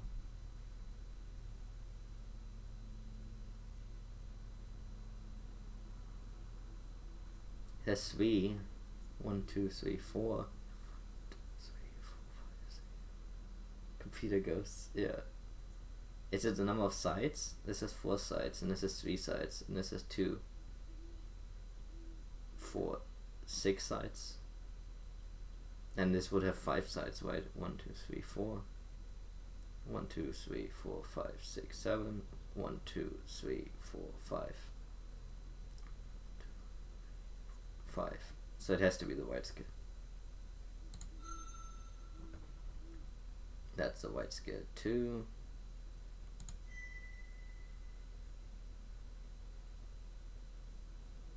And I believe that's the white scale. That's the left scale, I mean.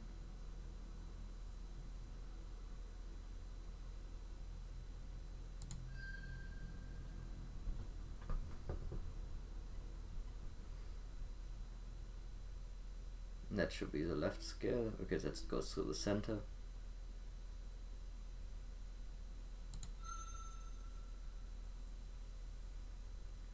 This one connects this, but it needs to go through, so it's this one.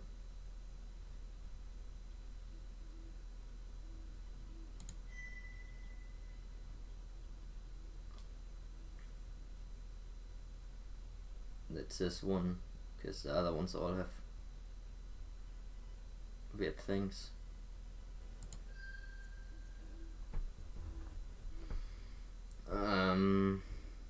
It can't be this one because it doesn't have the corner piece.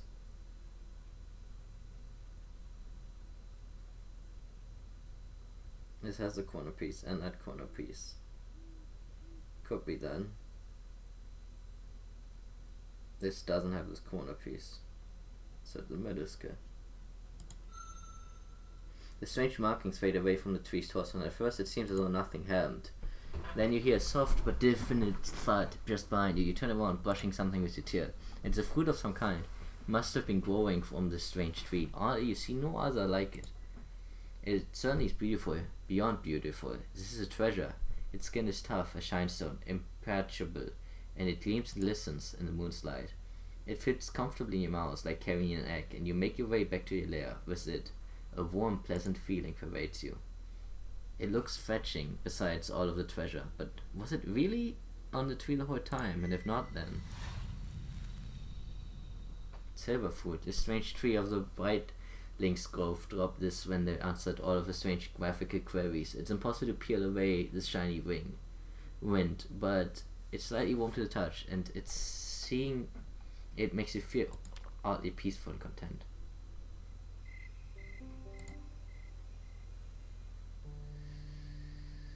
Hey! Hi there.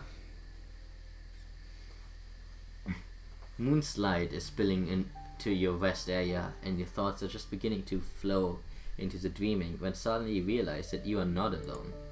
Somehow a rather attractive kin has penetrated into your very lair from outside. Your feathers puff outwards in a shock, and your mind rears, trying to process how an intruder was able to make it here unnoticed. As you scramble into a threat position, however, you know that the beautiful kin is not making any aggressive movements. Its feathers are laid back and its teeth are unraveled. Something prods at your mind. It is a distant relative of the kind of song composed of sigils with which you are familiar, but at the same time clumsy and far more sophisticated somehow. Desire interaction, desire communication, desire. What will you do? Attempt to communicate. Hesitantly you fashion a questioning reply and sing it to the winsome kin's mind, which is strangely difficult to target. Desire, we desire you, it slowly responds. You are attractive. Reward for giving you. It is walking toward you, but somehow seductively you become aware of a strange scent in the air, and all of a sudden you're very aware of hot essence building in certain parts of your body. Its movements are in the beginning of the dance of creation. You have never done the sacred dance which begets life before. It draws closer and the scent becomes stronger. It stretches its neck forward to lightly touch noses with you and then gently licks your crest. You're trembling uncontrollably with something. Accept an invitation, though you're not sure exactly how. Try to do the dance of creation. Respectfully decline and communicate with it further. The sacred dance of creation is known to be pleasurable, and you are tempted, but you are wise enough to know that there is no common drag in front of you. No kin would ever want to dance with one so unproven and flightless as you.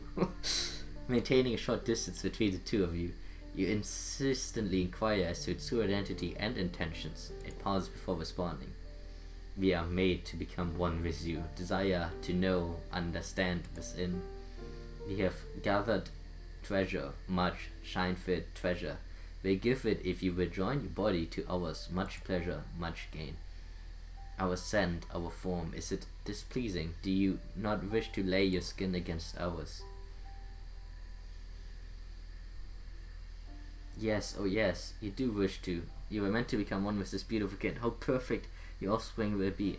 No, this is not a true kin. You must know the truth. Insist about knowing. I like how this game constantly plays with its shared options. We had the talking to the when the text was constantly telling me I want to run away, and there are some decisions that are like bigger and smaller based on how much you have a stat. And here, this is like grayed out because it wants you to pick this. Like, your body is interacting. It's really interesting. You're far from the only. You're far more than only your body, more than your core. You are a true drag, and you are not a slave to any one part of yourself. Peacefully yet firmly you rejected its branches. You indicate that you will not under any circumstances join with it unless it reveals you the truth behind itself. When it at last comes to understand that you will not allow it to dance with you, it settles back onto its haunches. Connecting. Greetings, representative of species 839497G32. We apologize for the apparent deception. The collector being you see before you is our ambassador and of our making. We find life samples easier to collect under the promise of pleasure and or gain. It is clear that either your species is too perceptive or our facility was too incongruent for the desired result. We are inexperienced at replicating the sentient form of your species. We were under the impression that all sentient beings of this world were tailless. It seems we were wrong. What were you asked this mysterious being with whom you are somehow communicating? Ask this new mental voice of its true identity. Ask the beautiful not drag him before what this beautiful not drag is. Ask why it wants to do the dance of creation. What is your identity? Classified and irrelevant. My body is very far away and we should never truly meet. I am permitted only to say that we come in peace and mean no harm. This is a new configuration of our standard ambassador model 928. It has limited consciousness of its own, but every aspect of it is ultimately ours. We call these manufactured being plastics, for the ability to easily mold it even at the tiniest level.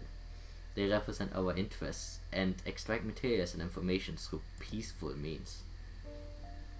Ask why I want to do the dance of creation. When you elsewhere presented evidence that you were sentient, either through completion of a standard sentience test or through behavioral indications, or perhaps both, this unit automatically reconfigured itself into form calculated to bring pleasure to your species and attempted to extract from you. Your rejection of the standard extraction method has caused the ambassador unit to upgrade your sentience rating, thereby rendering you worthy of our direct attention, and I have replaced it consciousness with my own for a short time. The sad thing is the aliens probably came to our planet and we failed. They probably were like, well, we got done here, we're going to the next place. I mean, the aliens were here already and the humans just fucked them. What were you asked this mysterious being with whom you are somehow communicating? It is clear that these beings are other, those who come from outside this world. Ask why, or at least its ambassadors are here. Now that you know that this is an other, your question become many. Are these the same others as who brought ruin to your people long ago, and who see it as a tailless races? I wonder if this text changes based on what you know or not. I assume not. I feel like that'd be too difficult, and I assume it thinks you've done the test if you're gonna do this. But I just love how this game is breeding its world building, it's breeding its mythos on top of each other. You learn more and more. It's such an interesting universe about these aliens and the past, and oh my god, this is so good. Are these the same other who brought ruin to your people long ago, who see it as the tailless races? Where is their true home? Are they sending ambassadors to do the dance of creation with the tailless, and now with you? Our mission is classified, and we will never be revealed to you. If you're able, abandon all curiosity regarding our intentions, our origin, and our implements. I may, however, relay that we are not the species to which you refer. We did not create any of the sentient bioforms on your world. Our interest in extracting from all species, and particular sentient species, suits a purpose which you are unlikely to comprehend.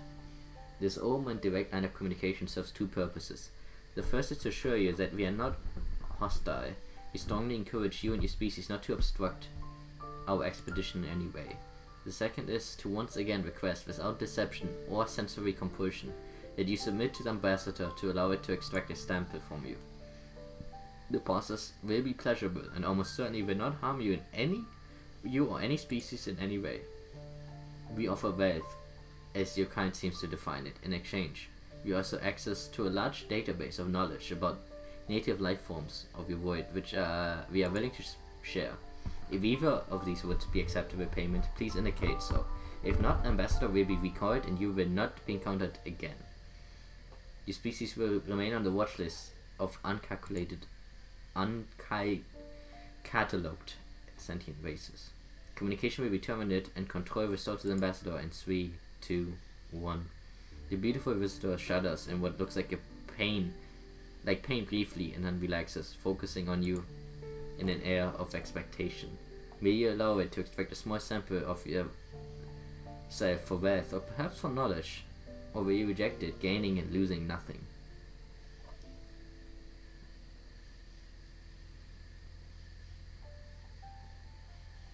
I mean, would you not sleep as a ghost thing?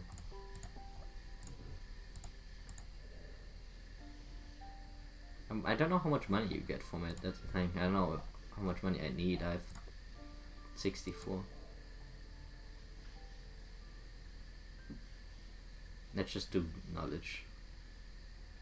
Well, I'm actually really good at grinding knowledge at this point.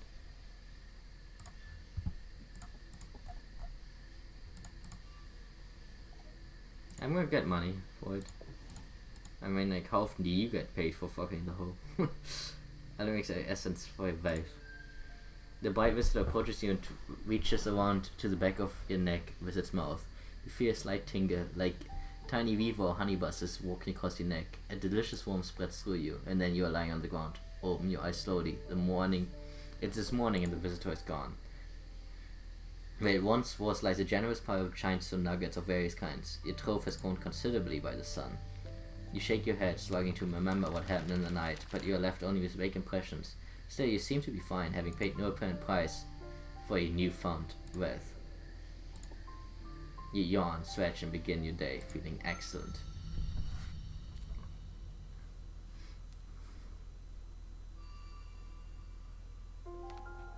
The lovers. Vast beyond thought is the one song, and infinite is its secrets.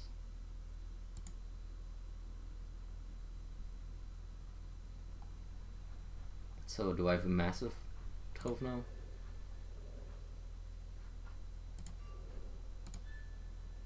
Your trove shines made quite large for a kin of your age, igniting you with pride and increasing your masteries. Nice. I'm super rich.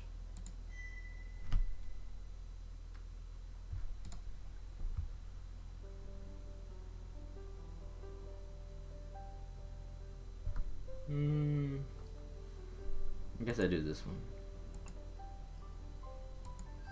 I will not be able to do all of the stuff.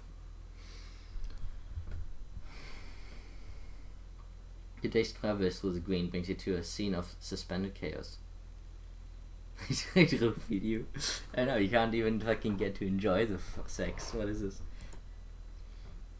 Before you lie signs of a small yet vicious battle. The base of a tree scarred by claw and tooth, dirt ripped from the earth, and half-realized piles, spit and froth coating the large chunks of half-chewed tree armor.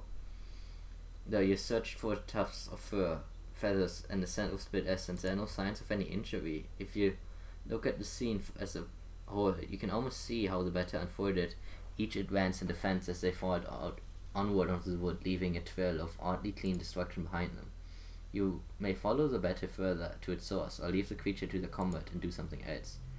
2 battle-weakened creatures would prove an easy filling meal, but there's a strangeness here which threatens to be deadly. On the other hand, if you do not investigate, you may never know the truth. Follow. You steer yourself and push into the forest. After a short hunt, you reach the source of devastation. Oddly, it's a partnerless dance, a single lone beast. A great stink strikes, panting and drooling, stares blankly at the damage. It turns to you and projects a mind song, unnatural, unclear, like burning water. Inside it lives, grows, it burns, must share it, don't want to share it, don't want to obey, don't fight, fight spread, it hurts, please run, please die. The creature bares its teeth and snaps at you, scratching the ground. It moves erratically and its body twitches and pulls in on itself, as if fighting its own urges. What will you do? Convince the creature to allow you to kill it. That's easiest, sure. You gently step back, keeping your distance. You feel the pain, despair, confusion. Whatever is inside this great stink strike is tearing apart its body and its mind, and the agony must be unbearable. You pour truth outward in song. Good beast, I know your pain, your rage, your fear. The shadow of destruction lies heavy on you, and you cannot escape. Soon it will claim you. You have one final choice. The wrongness within you hungers for more. It wishes to spread to others, to drive your people, all people, to madness and destruction. Remember the honor of the stink strikes, who have driven away mighty foes by their courage alone. Let me bring you a swift and clean end. Let me bring you a swift and clean end, so that the wrongness shall die here, and your children will live in peace, in a great green free of its evil. The power to bring this to a true end lies now with you. Submit to this good destruction and rest at last in peace. At this, the stink strike's eyes become clearer, less crowded. Swallowing down the chaos, it takes a few measured steps in your direction, twists its head to expose its throat, and sinks desperately. Quickly, finish it. A single motion drives you forward, and you tear the creature's throat open, spraying its essence against a nearby tree. It stumps to the ground, rises briefly, and then it is still. You waste little time burying the body deep in the Great Mother's flesh. Finally, you bow your head, committing the noble fur beast to your memory. Even with its mind being eaten away by whatever was inside of it, its spirit was strong enough to submit to your justice, going willingly to destruction so that others may now suffer. Truly, this was a worthy child of the green, and though others may never know it, many were spared by its sacrifice. In such way is the world slowly saved every day by the good.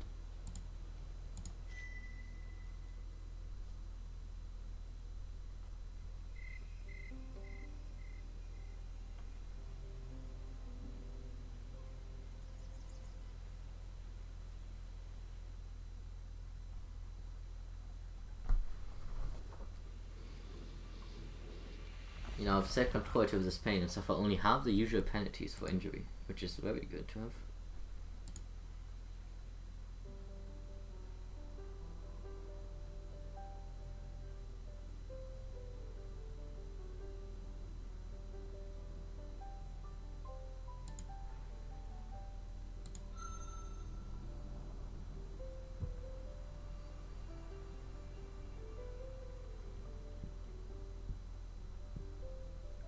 Here has an odd topography, curves the irregular hills dot the lightly wooded valleys, giving it its name. The Barrows. Hillbacks roam the misty land, and are said to be one of the finest meals a kin can partake of, but even a full-grown kin could not attack one of the Dowry tribe unprepared.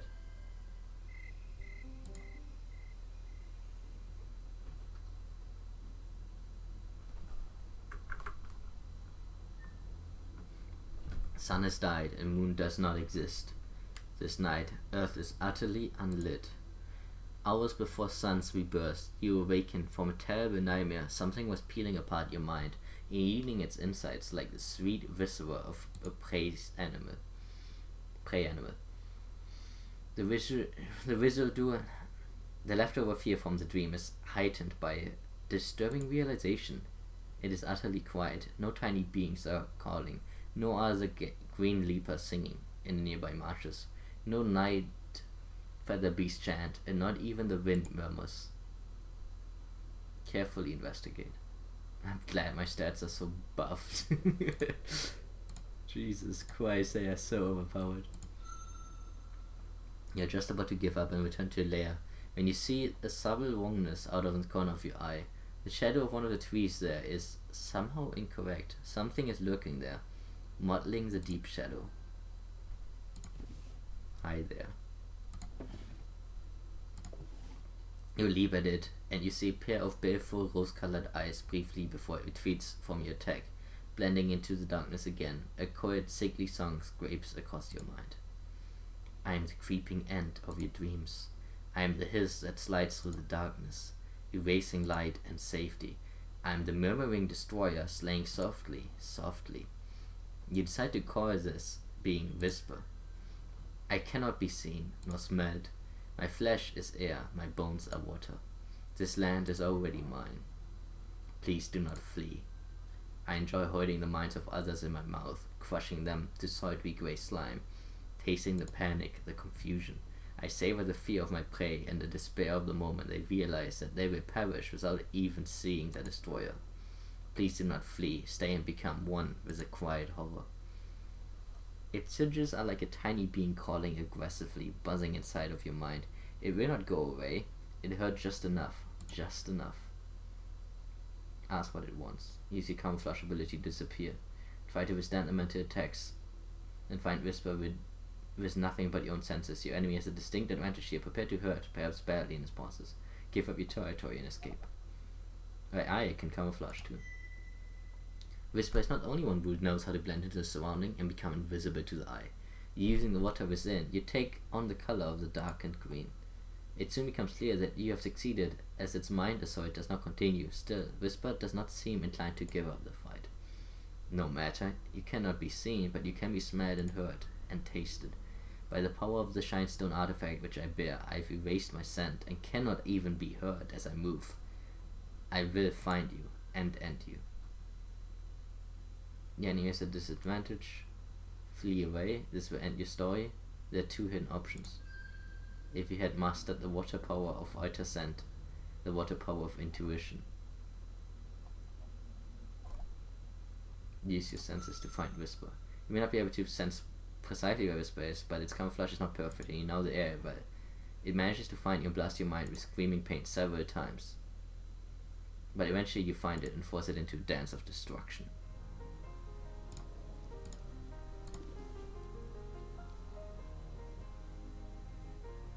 You are battered, your wounds are now beginning to show. But I don't want to die, so I'm gonna play this safe. And I will start with this motherfucker.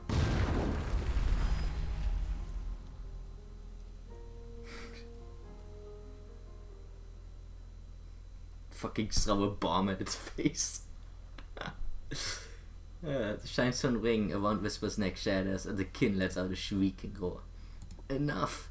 Whisper breaks away from you, flattening itself to the ground. You see its body clearly now. Somehow it's colorless. It is colorless save for its eyes. I probably really didn't need it. I could have done a double attack and smashed the shit out of it, but I just don't want to die. If I wasn't on one life, I would play it a little bit more aggressive. It is colorless save for its eyes, which are like the essence which now stains its armor. Do not behold me. Turn away. I was created naked of blessed color. So easily hunted, so easily seen. I will not be seen.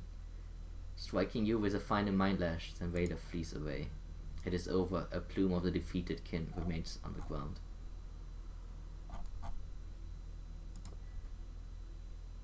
It's completely devoid of color, though it makes it rather striking in its own way. It seems that Whisper was using some kind of artifact of the others to hide itself completely. You wonder how many prey animals fell victim to the silent killer. Their minds screamed to pieces without even seeing what was destroying them.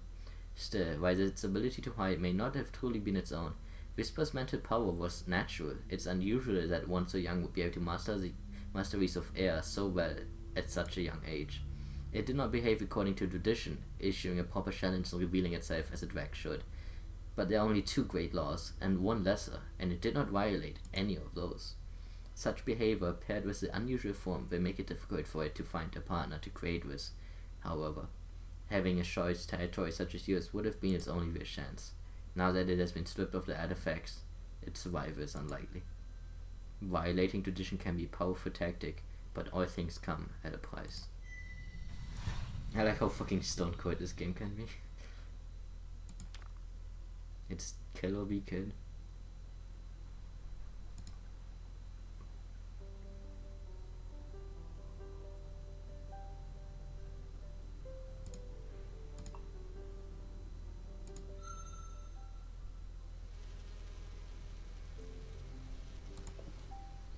Oh shit. There are many tiny beings in the Great Green. Most have 6 legs and there are many tiny beings of the Great Green. Most have zigzags and are clad in colored armor, hopping, fluttering, or marching to and fro alone in the harmonious swarms. Though crunchy and tongue amusing, they are generally much too small to be of notice to the mighty kin. This sun, however, you have come upon a golden village of particular well-ordered species of tiny beings. Their bodies streaked in sun yellow and night black. You decide to call them honeybuzz, for the sound of the wings they make and the strange syrup substance which they fill their hexagonal homes. While most of beings have small minds, most such beings have small minds, like single sparks of yellow or green or red when angered, and by and large, these are no exception. The settlement is home to a more advanced being, who carries the essence of all of the hive within it, a honeybuzz archbirther. It calls out to you, and you're surprised at the complexity and elegance of the mind song. The archbirther requests your help. A lesser lumberer has been attacking the honeybuzz's village and devouring the honey, damaging the walls, and killing many of their tiny hatchlings in the process. It claims to know the location of what it calls the useless flower, an object which it believes would be of interest to a kin who seeks treasure. It promises to show you the useless flower if you enslave its wax village from the lumberer. Do I want to do this? I don't want to do it, honestly. I'm wounded and I don't want to die, and I just threw my bomb.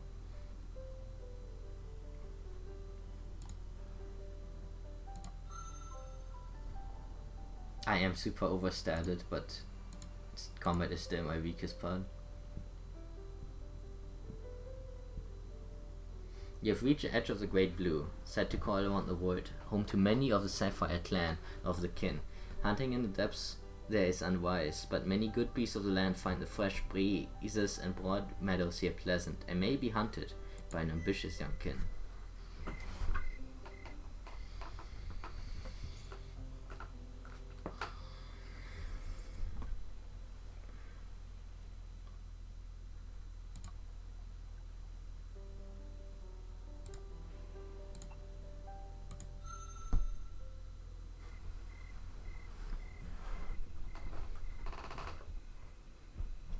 It is evening, the dying sun is cradled by the tender horizon, the stars are being born, and as you lie beneath them enjoying their beauty, you are dazzled by a sudden flash of light. A bright sphere is drawing a streak of light across the sky, a star descending from the great above, screams as it falls, and you realize it will land in your territory. You find yourself running toward it, the hunter within awakened. The falling star crashes just out of sight, you feel the impact in the heart bone. A shock wave of dust and light explodes through the nearby trees.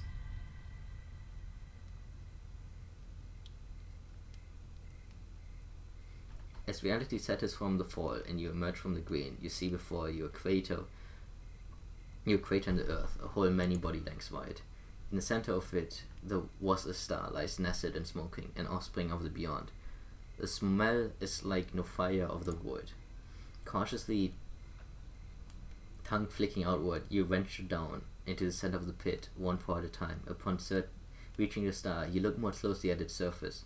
The beautiful, oddly shaped rock appears riddled with small indentations, glistening and gleaming in the light of new risen moon. Heaven for a shine stone, a grand treasure indeed, though you have no idea how you will get it back to your lair. You are still admiring it when a strong wind blows, and the stars above you are obscured by a huge winged shape. An enormous kin lands in the cusp of the crater. It's several times your size, more massive even than Darktooth. It must be nearly as ancient as Earth herself. Its thick lapis armor smells of brine, and its armor bears ancient scars unaccountable. It stands proud and tall, looking down at you and your treasure to be, with eyes black and gold. Slowly it reaches out with a warm, soft song. O little giant kin, know me, I am Fathom, made of the great blue, and knower of the inner ways, from turnings beyond thought. Yet wild domain is blessed with this, moon with a fallen sky egg. My truth's drowned mind wishes to reach beyond blessed earth, to know what lies beyond. I have known the lower void, further depths of the blue, and now I must know the upper void, the above, everlasting. Thus shall I receive from you this fallen star, and the wealth and mysteries that lie within. The song is outwardly gentle, but the color and tone make it clear that this expects you to give over this great treasure. Tradition would dictate that it's yours, having fallen into your territory, but politely refuse to give it, politely request a treasure, politely challenge battle of wits. Let's do battle of wits. The elder indulgently listens to you as you fold back your wings and display your humility and point out that though you are aware of the laws of Fang and Claw, would allow Phasm to take whatever it desires from such a young kin as yourself. Traditions state that a challenge should take place and the treasure is technically in your territory. You state you believe that Phasm is an honorable and wise drag who would not refuse a young kin this rare opportunity to sharpen its might. The old kin still crash against the ground performed by anyone else, it would be light-hearted gesture of amusement, but the quake makes it seem menacing. It strains itself upwards into a higher stance, eyeing you. Audacious. Your wish shall be respected, high tradition honored. Best mean receive a rare artifact in exchange for the star. Fail to answer, what is yours shall be mine without payment. I will begin with simplicity. Okay, let's be smart this time and not mess it up. Up above, I am green. On the ground, I am rusty. When the cold comes, I begin to burn. What young kin am I? I know what you are. I am your leaf. The elder's inner eyelids flick upwards briefly, and it draws its head back in mild surprise. The look is all the congratulation you receive before another riddle is drawn across your mind by its song. A palace made of silver hair, shining jewels suspended there, but tiny thieves had best beware.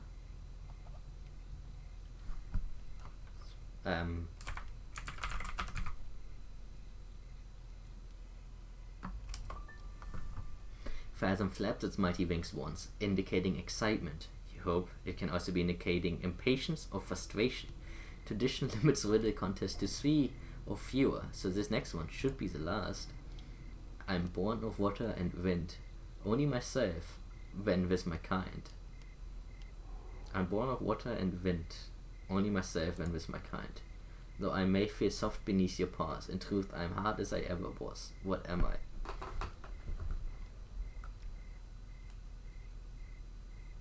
I'm born of water, only myself when with my kind. Though I may feel soft beneath your paws, in truth, I'm hard as I ever was.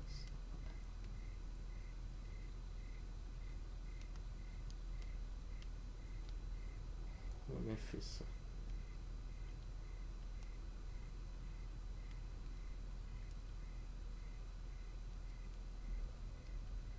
Sand. But why does it mean with only myself and with my kind?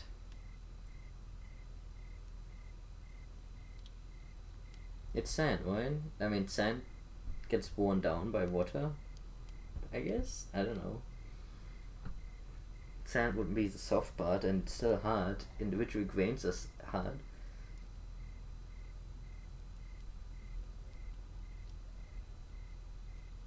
But isn't sand... What does it mean? I'm only myself. I guess like when it's all combined? I'm going with sand, even though I find the second line weird. So it is made clear, you are worthy of this fallen treasure. Because of this, I treat with you as I would with an equal. The ancient one leans back on its haunches and begins to sing a strange song, deeply yet gently, and moves its forepaws in the air, as if weaving together tiny blades of grass. Also, what's cool about this game, I've played it a lot, and some of these things I've not seen. I've had this event, but I never did the riddles. So I've never done that. There's some lines I've never seen specifically. I've seen pretty much every event, but it moves forepaws in the air as if weaving together tiny blades of grass. This is some kind of true song which expresses reality instead of intentions or emotions, a level of power reached only by the most ancient and enduring of kin. A strange song, a true song.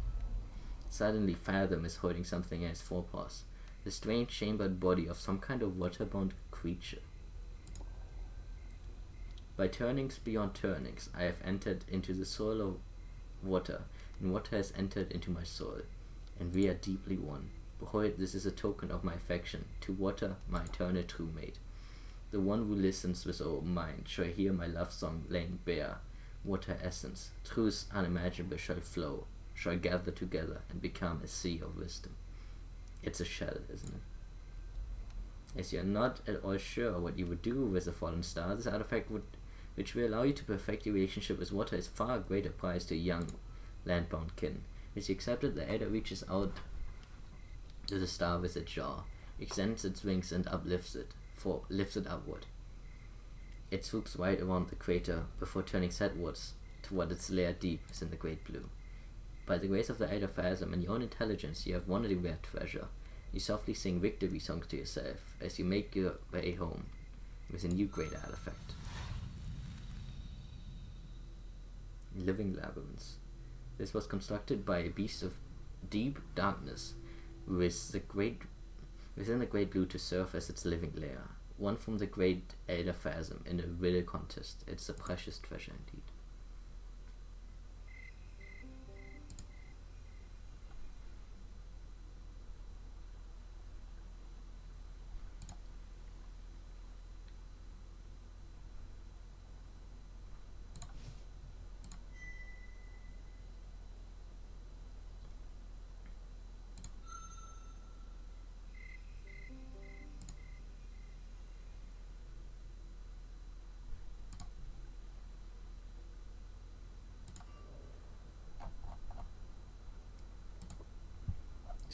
Phasm has sung true songs into it so long it has become a true song itself, trapping the echoes in its many chambers. By spending a sun listening to it, you can learn the secrets of water, increasing your mastery. It was 15 shiny thanks to who cannot sense its deep legend music, and 80 to those who can. 80's a lot.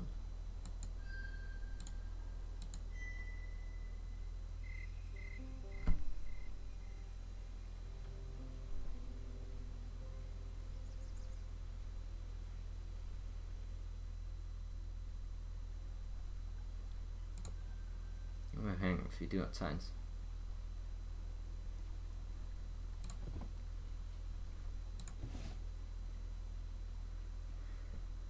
I shouldn't start for one more day, I think.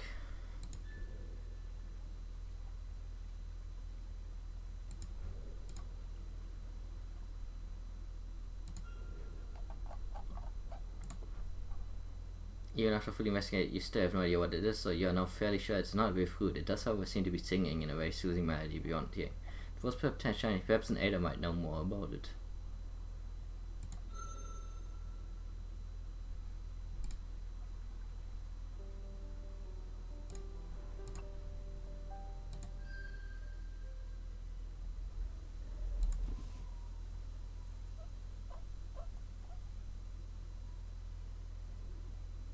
Shows the silver fruit. Darktooth sniffs at the object and then it blinks. A shiver runs through its feathers. With a single motion, Darktooth sweeps it into its own maw and swallows it. Before you can object, Darktooth thinks soothingly. Fear not, you shall be compensated. This item is too dangerous to leave in the care of a youngling. It may summon calamity to your lands. It is other. I would simply destroy it, but I happen to have a use for such a thing. Darktooth gives you quite a few shiny things, more than you thought the object would be worth, which helps the Sharded. Wasn't that much though.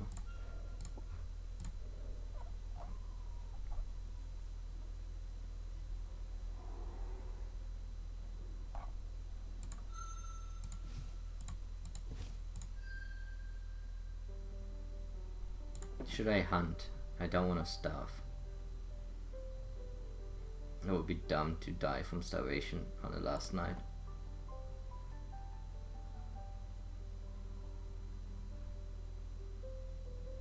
So let's hunt, sure.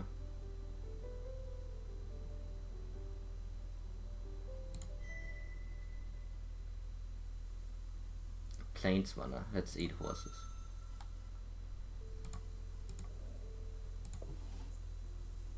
It's very tanky, but hopefully I can sneak up to it.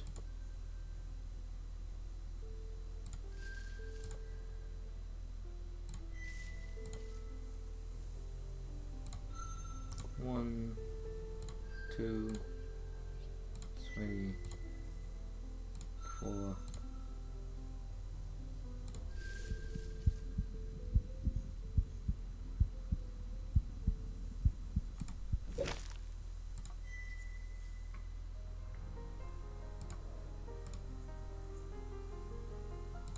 Man, it's actually like I might not be able to kill more horses. This is very tanky. And why do we want to use them?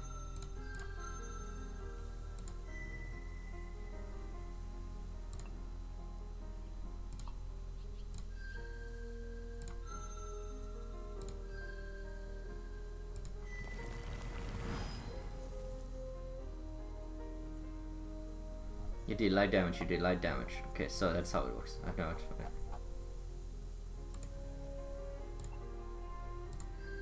Then I have to brace.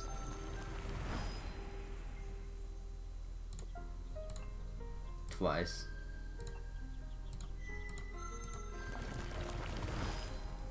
So I've never actually used it before, so that's how it works. Okay.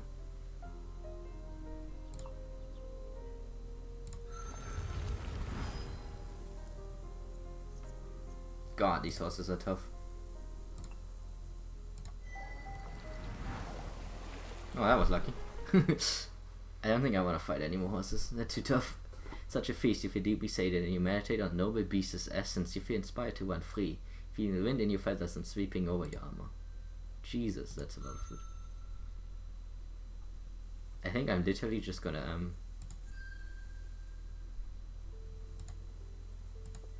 inspect the shit out of it.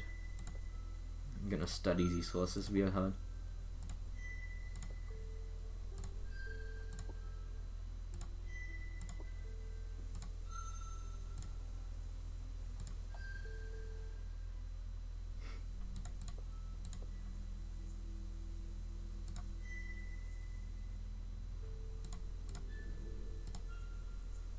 Yeah, I think I can finish this.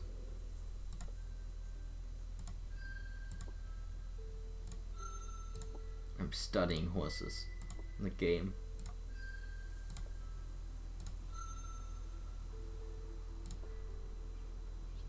I guess I can. No way point in it, but sure. It's not dangerous. Like I have full HP.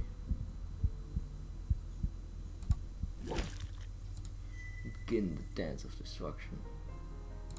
Okay, this time we will start with Flowing Strike. Oh wow, it countered me. So I don't know what is his pattern. So I know it's gonna be Earth next. But my fire is not stronger than its Earth. So I'm just gonna bite it.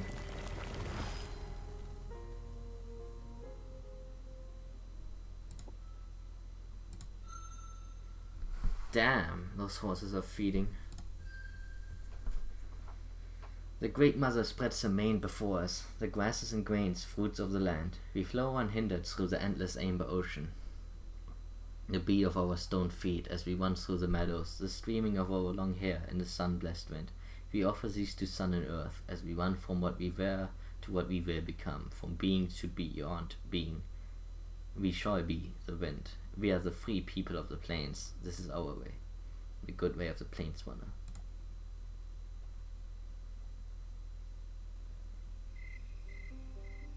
I think that's the final note.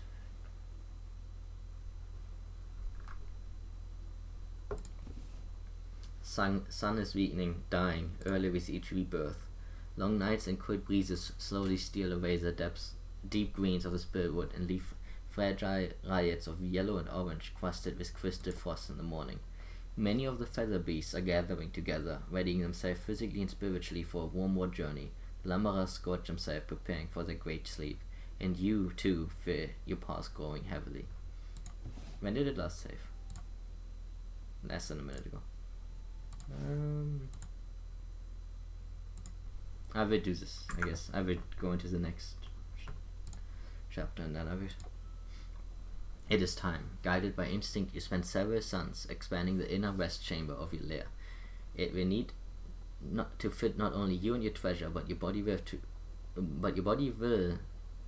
have when you awaken, but the body you will have when you awaken. In the second great sleep awaits your last transformation.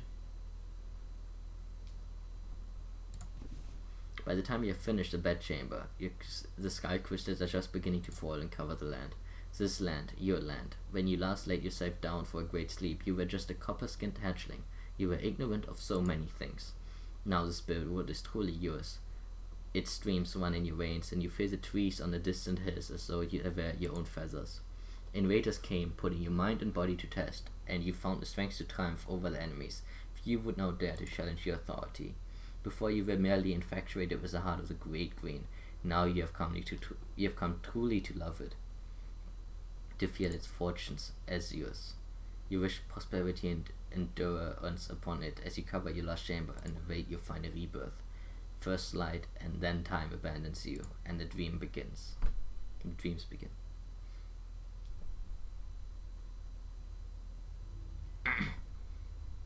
O seed which I have planted to bloom in the future, may you understand the lesson you have learned, the journey of water and stone you have completed, the tireless quest for new truths and rejection of hardened ways, and embracing of unlimited thought and new horizons. Such is wisdom. Between the extremes of harsh survival and the weak compassion rests a middle way, which is the brightest spanning of all things. The bridge spanning of all things. Between the extremes of harsh survival and weak compassion rests a middle way, which is a bridge spanning all things.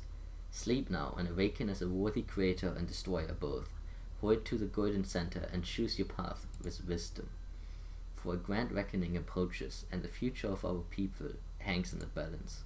May you be blessed.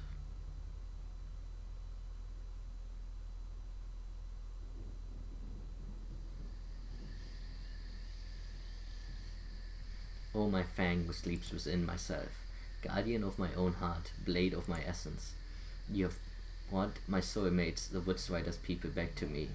Their hard feet upon my soft ground brings me joy and peace. Though the proud kin may mock you for bowing before them, your humility makes you fragrant of spirit. I am drawn closer to you and you to me. You have been a wise guardian of my bounty. The good beasts of the spirit would thrive, and all corners of myself are filled with life. Never have you allowed any place to become grey and dead, but have made space for creation within your destruction. For your eyes that see far, and your wise and greedless heart, I bless you and love you all the more. Blessed, blessed are you, my fang. The heart of the great green sings with the beautiful chaos of nature, and I am whole. You have destroyed what should be destroyed, and spared what should be spared. You are my beloved fang, living sign of my just law. With you I am well pleased. I shall put my mark on you, shining between your flesh and your spirit. I now lay over you and within you. Together shall we dance to the end of your time and beyond.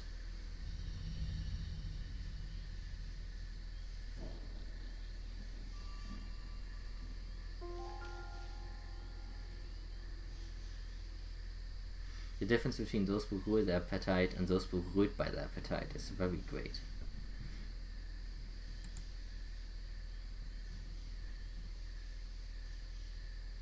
But rest now in the dreaming while your body completes its sacred transformation.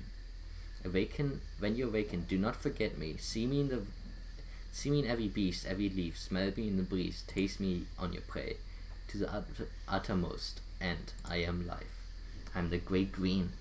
May you be blessed.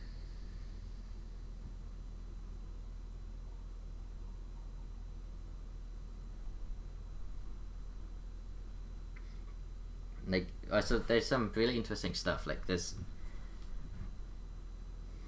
There are other scenes that could have him doing that transition. It got kind of alluded to by the first one. So there's a bunch of things that could have happened if I had played the game differently, which I think is pretty interesting. I've seen it all before, mostly, but it's like no one's first playthrough will be exactly the same, funny enough. Like, actually, legit for once, and not in the fake way. Because of the way that you unlock stuff based on your stats.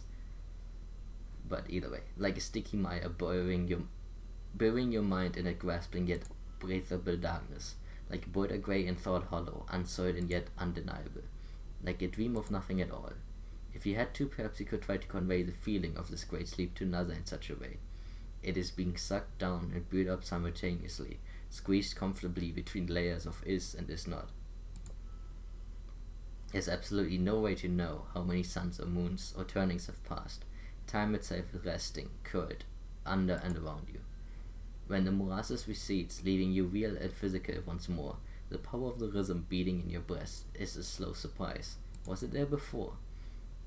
Breaking out of your seared steel sleep chamber is much easier than last time as well. Even after doing so, there is not enough room for you to stretch properly, so you emerge.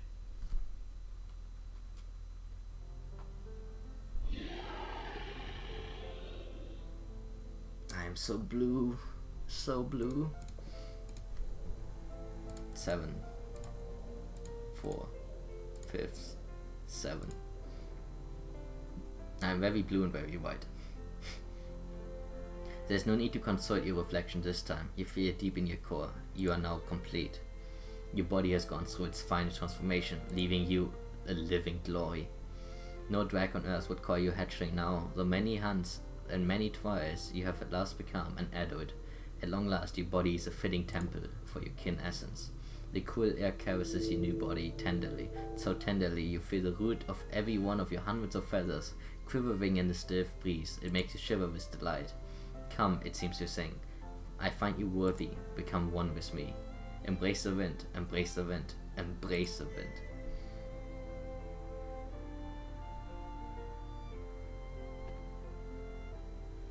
Freedom. You were chained and did not know, bound and ignorant, until now.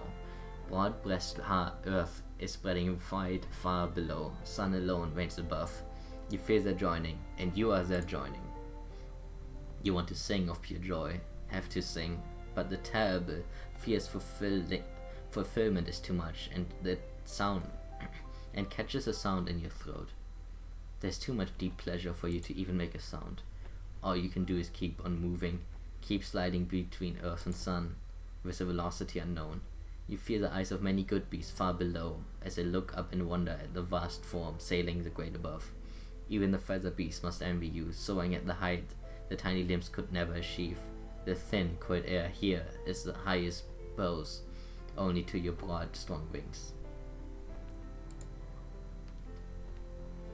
You soar low over high hills, feeling the warmer air there pushing you gently upwards again. You pass through clouds which lick you with cool watery tongues, bathing you. A few times the wind seems to push you violently, but you soon learn that fighting it is useless. Only by merging with it, feeling it, acknowledging its desire, can you proceed, and it becomes your dance partner, carrying and turning you gracefully.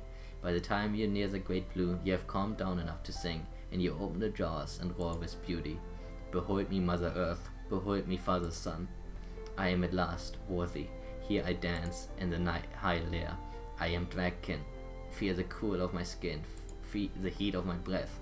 I am the wealth of earth. I am the sun's favorite treasure. Behold, behold. Oh yeah, also, I'm pretty sure I missed the opportunity. There's a place where you can get high as fuck, and I think I missed it. Other stuff I won't spoil, but I just want to say that I missed out on the drugs. Joy upon joy and gain upon gain are the destined rights of my birth, and I shout the praise of my endless days to the echoing edge of the earth. I can't find it.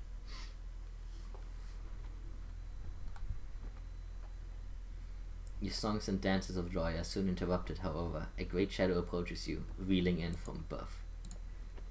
It vastness shocks you into silence, but soon you recognize that it is as the elder, Darktooth. You feel no defensiveness, no territorial enmity. The great above belongs to no one. Still, there is an urgency in the ancient voice, and a veil of caution over its mind song, which makes you uneasy. In the name of the future, I summon you, newly awakened. A grand mood has been called. The threat posed by the seed of the others can no longer be ignored. In your slumber they have grown mightier still. The greatest of our people have pledged to find a final solution to this menace. Soon you shall join the massed flight and travel to the chosen place to bear witness to the debate, and acknowledge its resulting order. Refusal is not an option. You will attend. The elders of your people command it. You feel Darktooth's song and command burrowing deep into your mind, taking root there. You will be helpless to spurn its call when the time comes.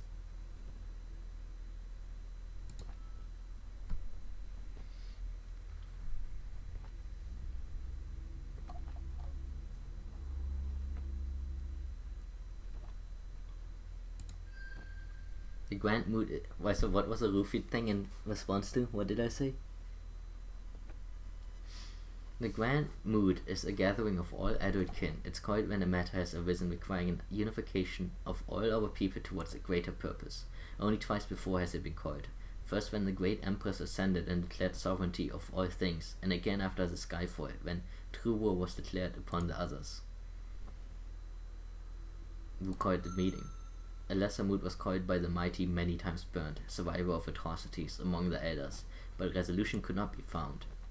All Mother, the beloved, embracer of strange things, wished to convene a grand mood, as the gravity of the question had been proven, but not its answer. The majority of the 7 agreed, departing to meditate, refine their purposes, and spread word of the gathering. So it was and is. Were we allowed to debate? Unlikely. So you are worthy to attend. Compared to the elders, you are callow in the extreme.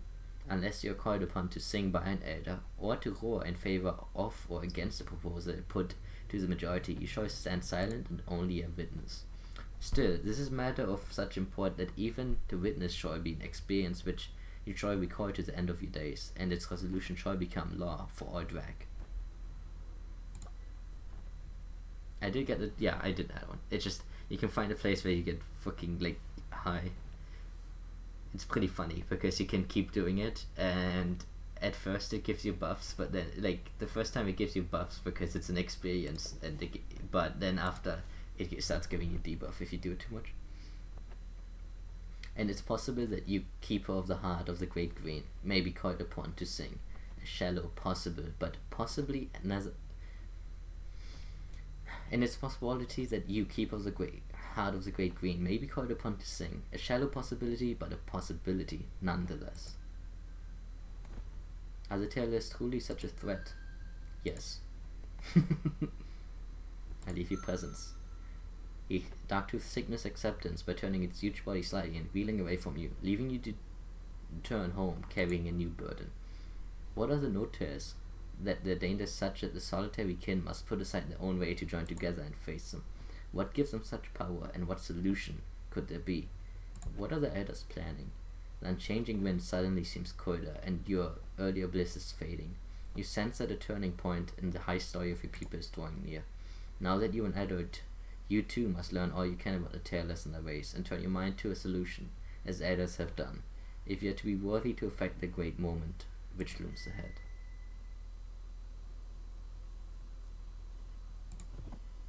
You spent the first few suns after awakening as an adult broadening your lair to fit your new frame, and many treasures you will surely amass. In your mostly absence, the Woodswires have continued pruning and tending your lands. Your precious great green is bursting with life, health and life. Prey is abundant and you shall not want. As your body has grown, so has your appetite. Smaller beasts no longer worth your attention. To fuse this greater form, you must hunt larger beings. Hillbacks, plains-runners, wood-striders, great gazers are worthy targets. Since recursion is surefoot, or tusknot would not go amiss. Having already spent a great deal of time investigating your own demands, it's now time for you to turn your attention outwards. You are now great enough to challenge your neighbors for portions of their land. New hunting grounds and encounters may be yours if you can defeat them in a challenge, but expect no quarter. They will surely bring all of the power to bear to keep what is theirs. A visit to the spirit of the green is in order. You should present yourself in your finer form and commune with it. Its well-being and use are one in many ways. The Tailors have grown strong in the lowlands coldward from the Great Blue. Food and treasure may now be there for the winning, and perhaps something more. Your time may also be well spent seeking out the elders whose songs will dominate the coming debate. They will test those who wish to communicate with them, but there is much to learn from them, as there always will be, until the void at last claims them.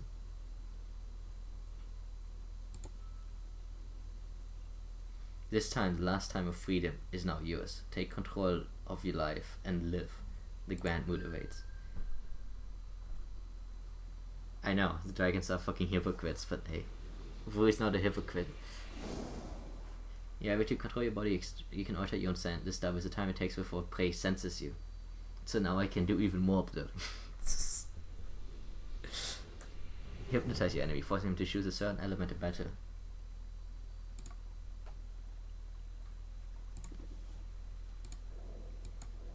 Sevens.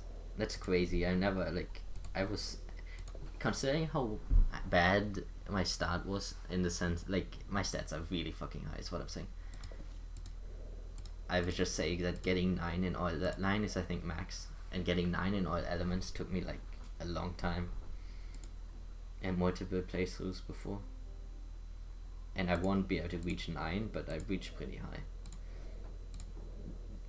I might even reach 9 in some of these. But hey, this is now the map. I think a second very quick to this. But yeah, I will call it quits for tonight here. Next time we will probably get to the chapter, and then we will convene with the dragons who are hypocrites.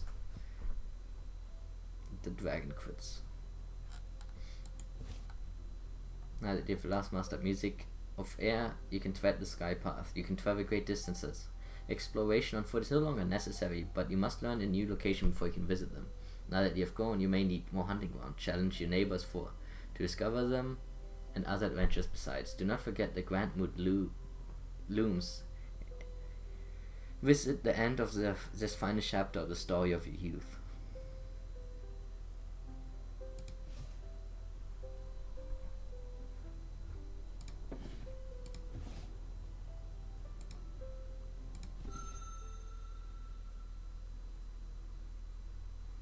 I don't think I will actually read it, but I will say that well, maybe I read it. Where was it? Because I thought it was interesting.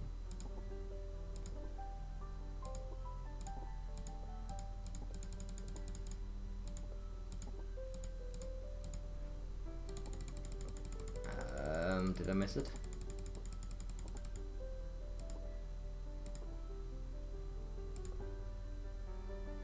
There we go. I think this was interesting. A friend of mine named Jim Stryker came up with the idea of a human being possessed by a Similond saber-tooth spirit.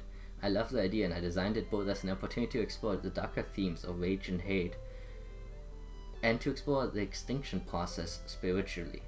Similond extinction is one of the first which at least partially attributed to humans. So there was a warning and a foreshadowing of the consequences of upcoming human hegemony of the planet to the dragon player.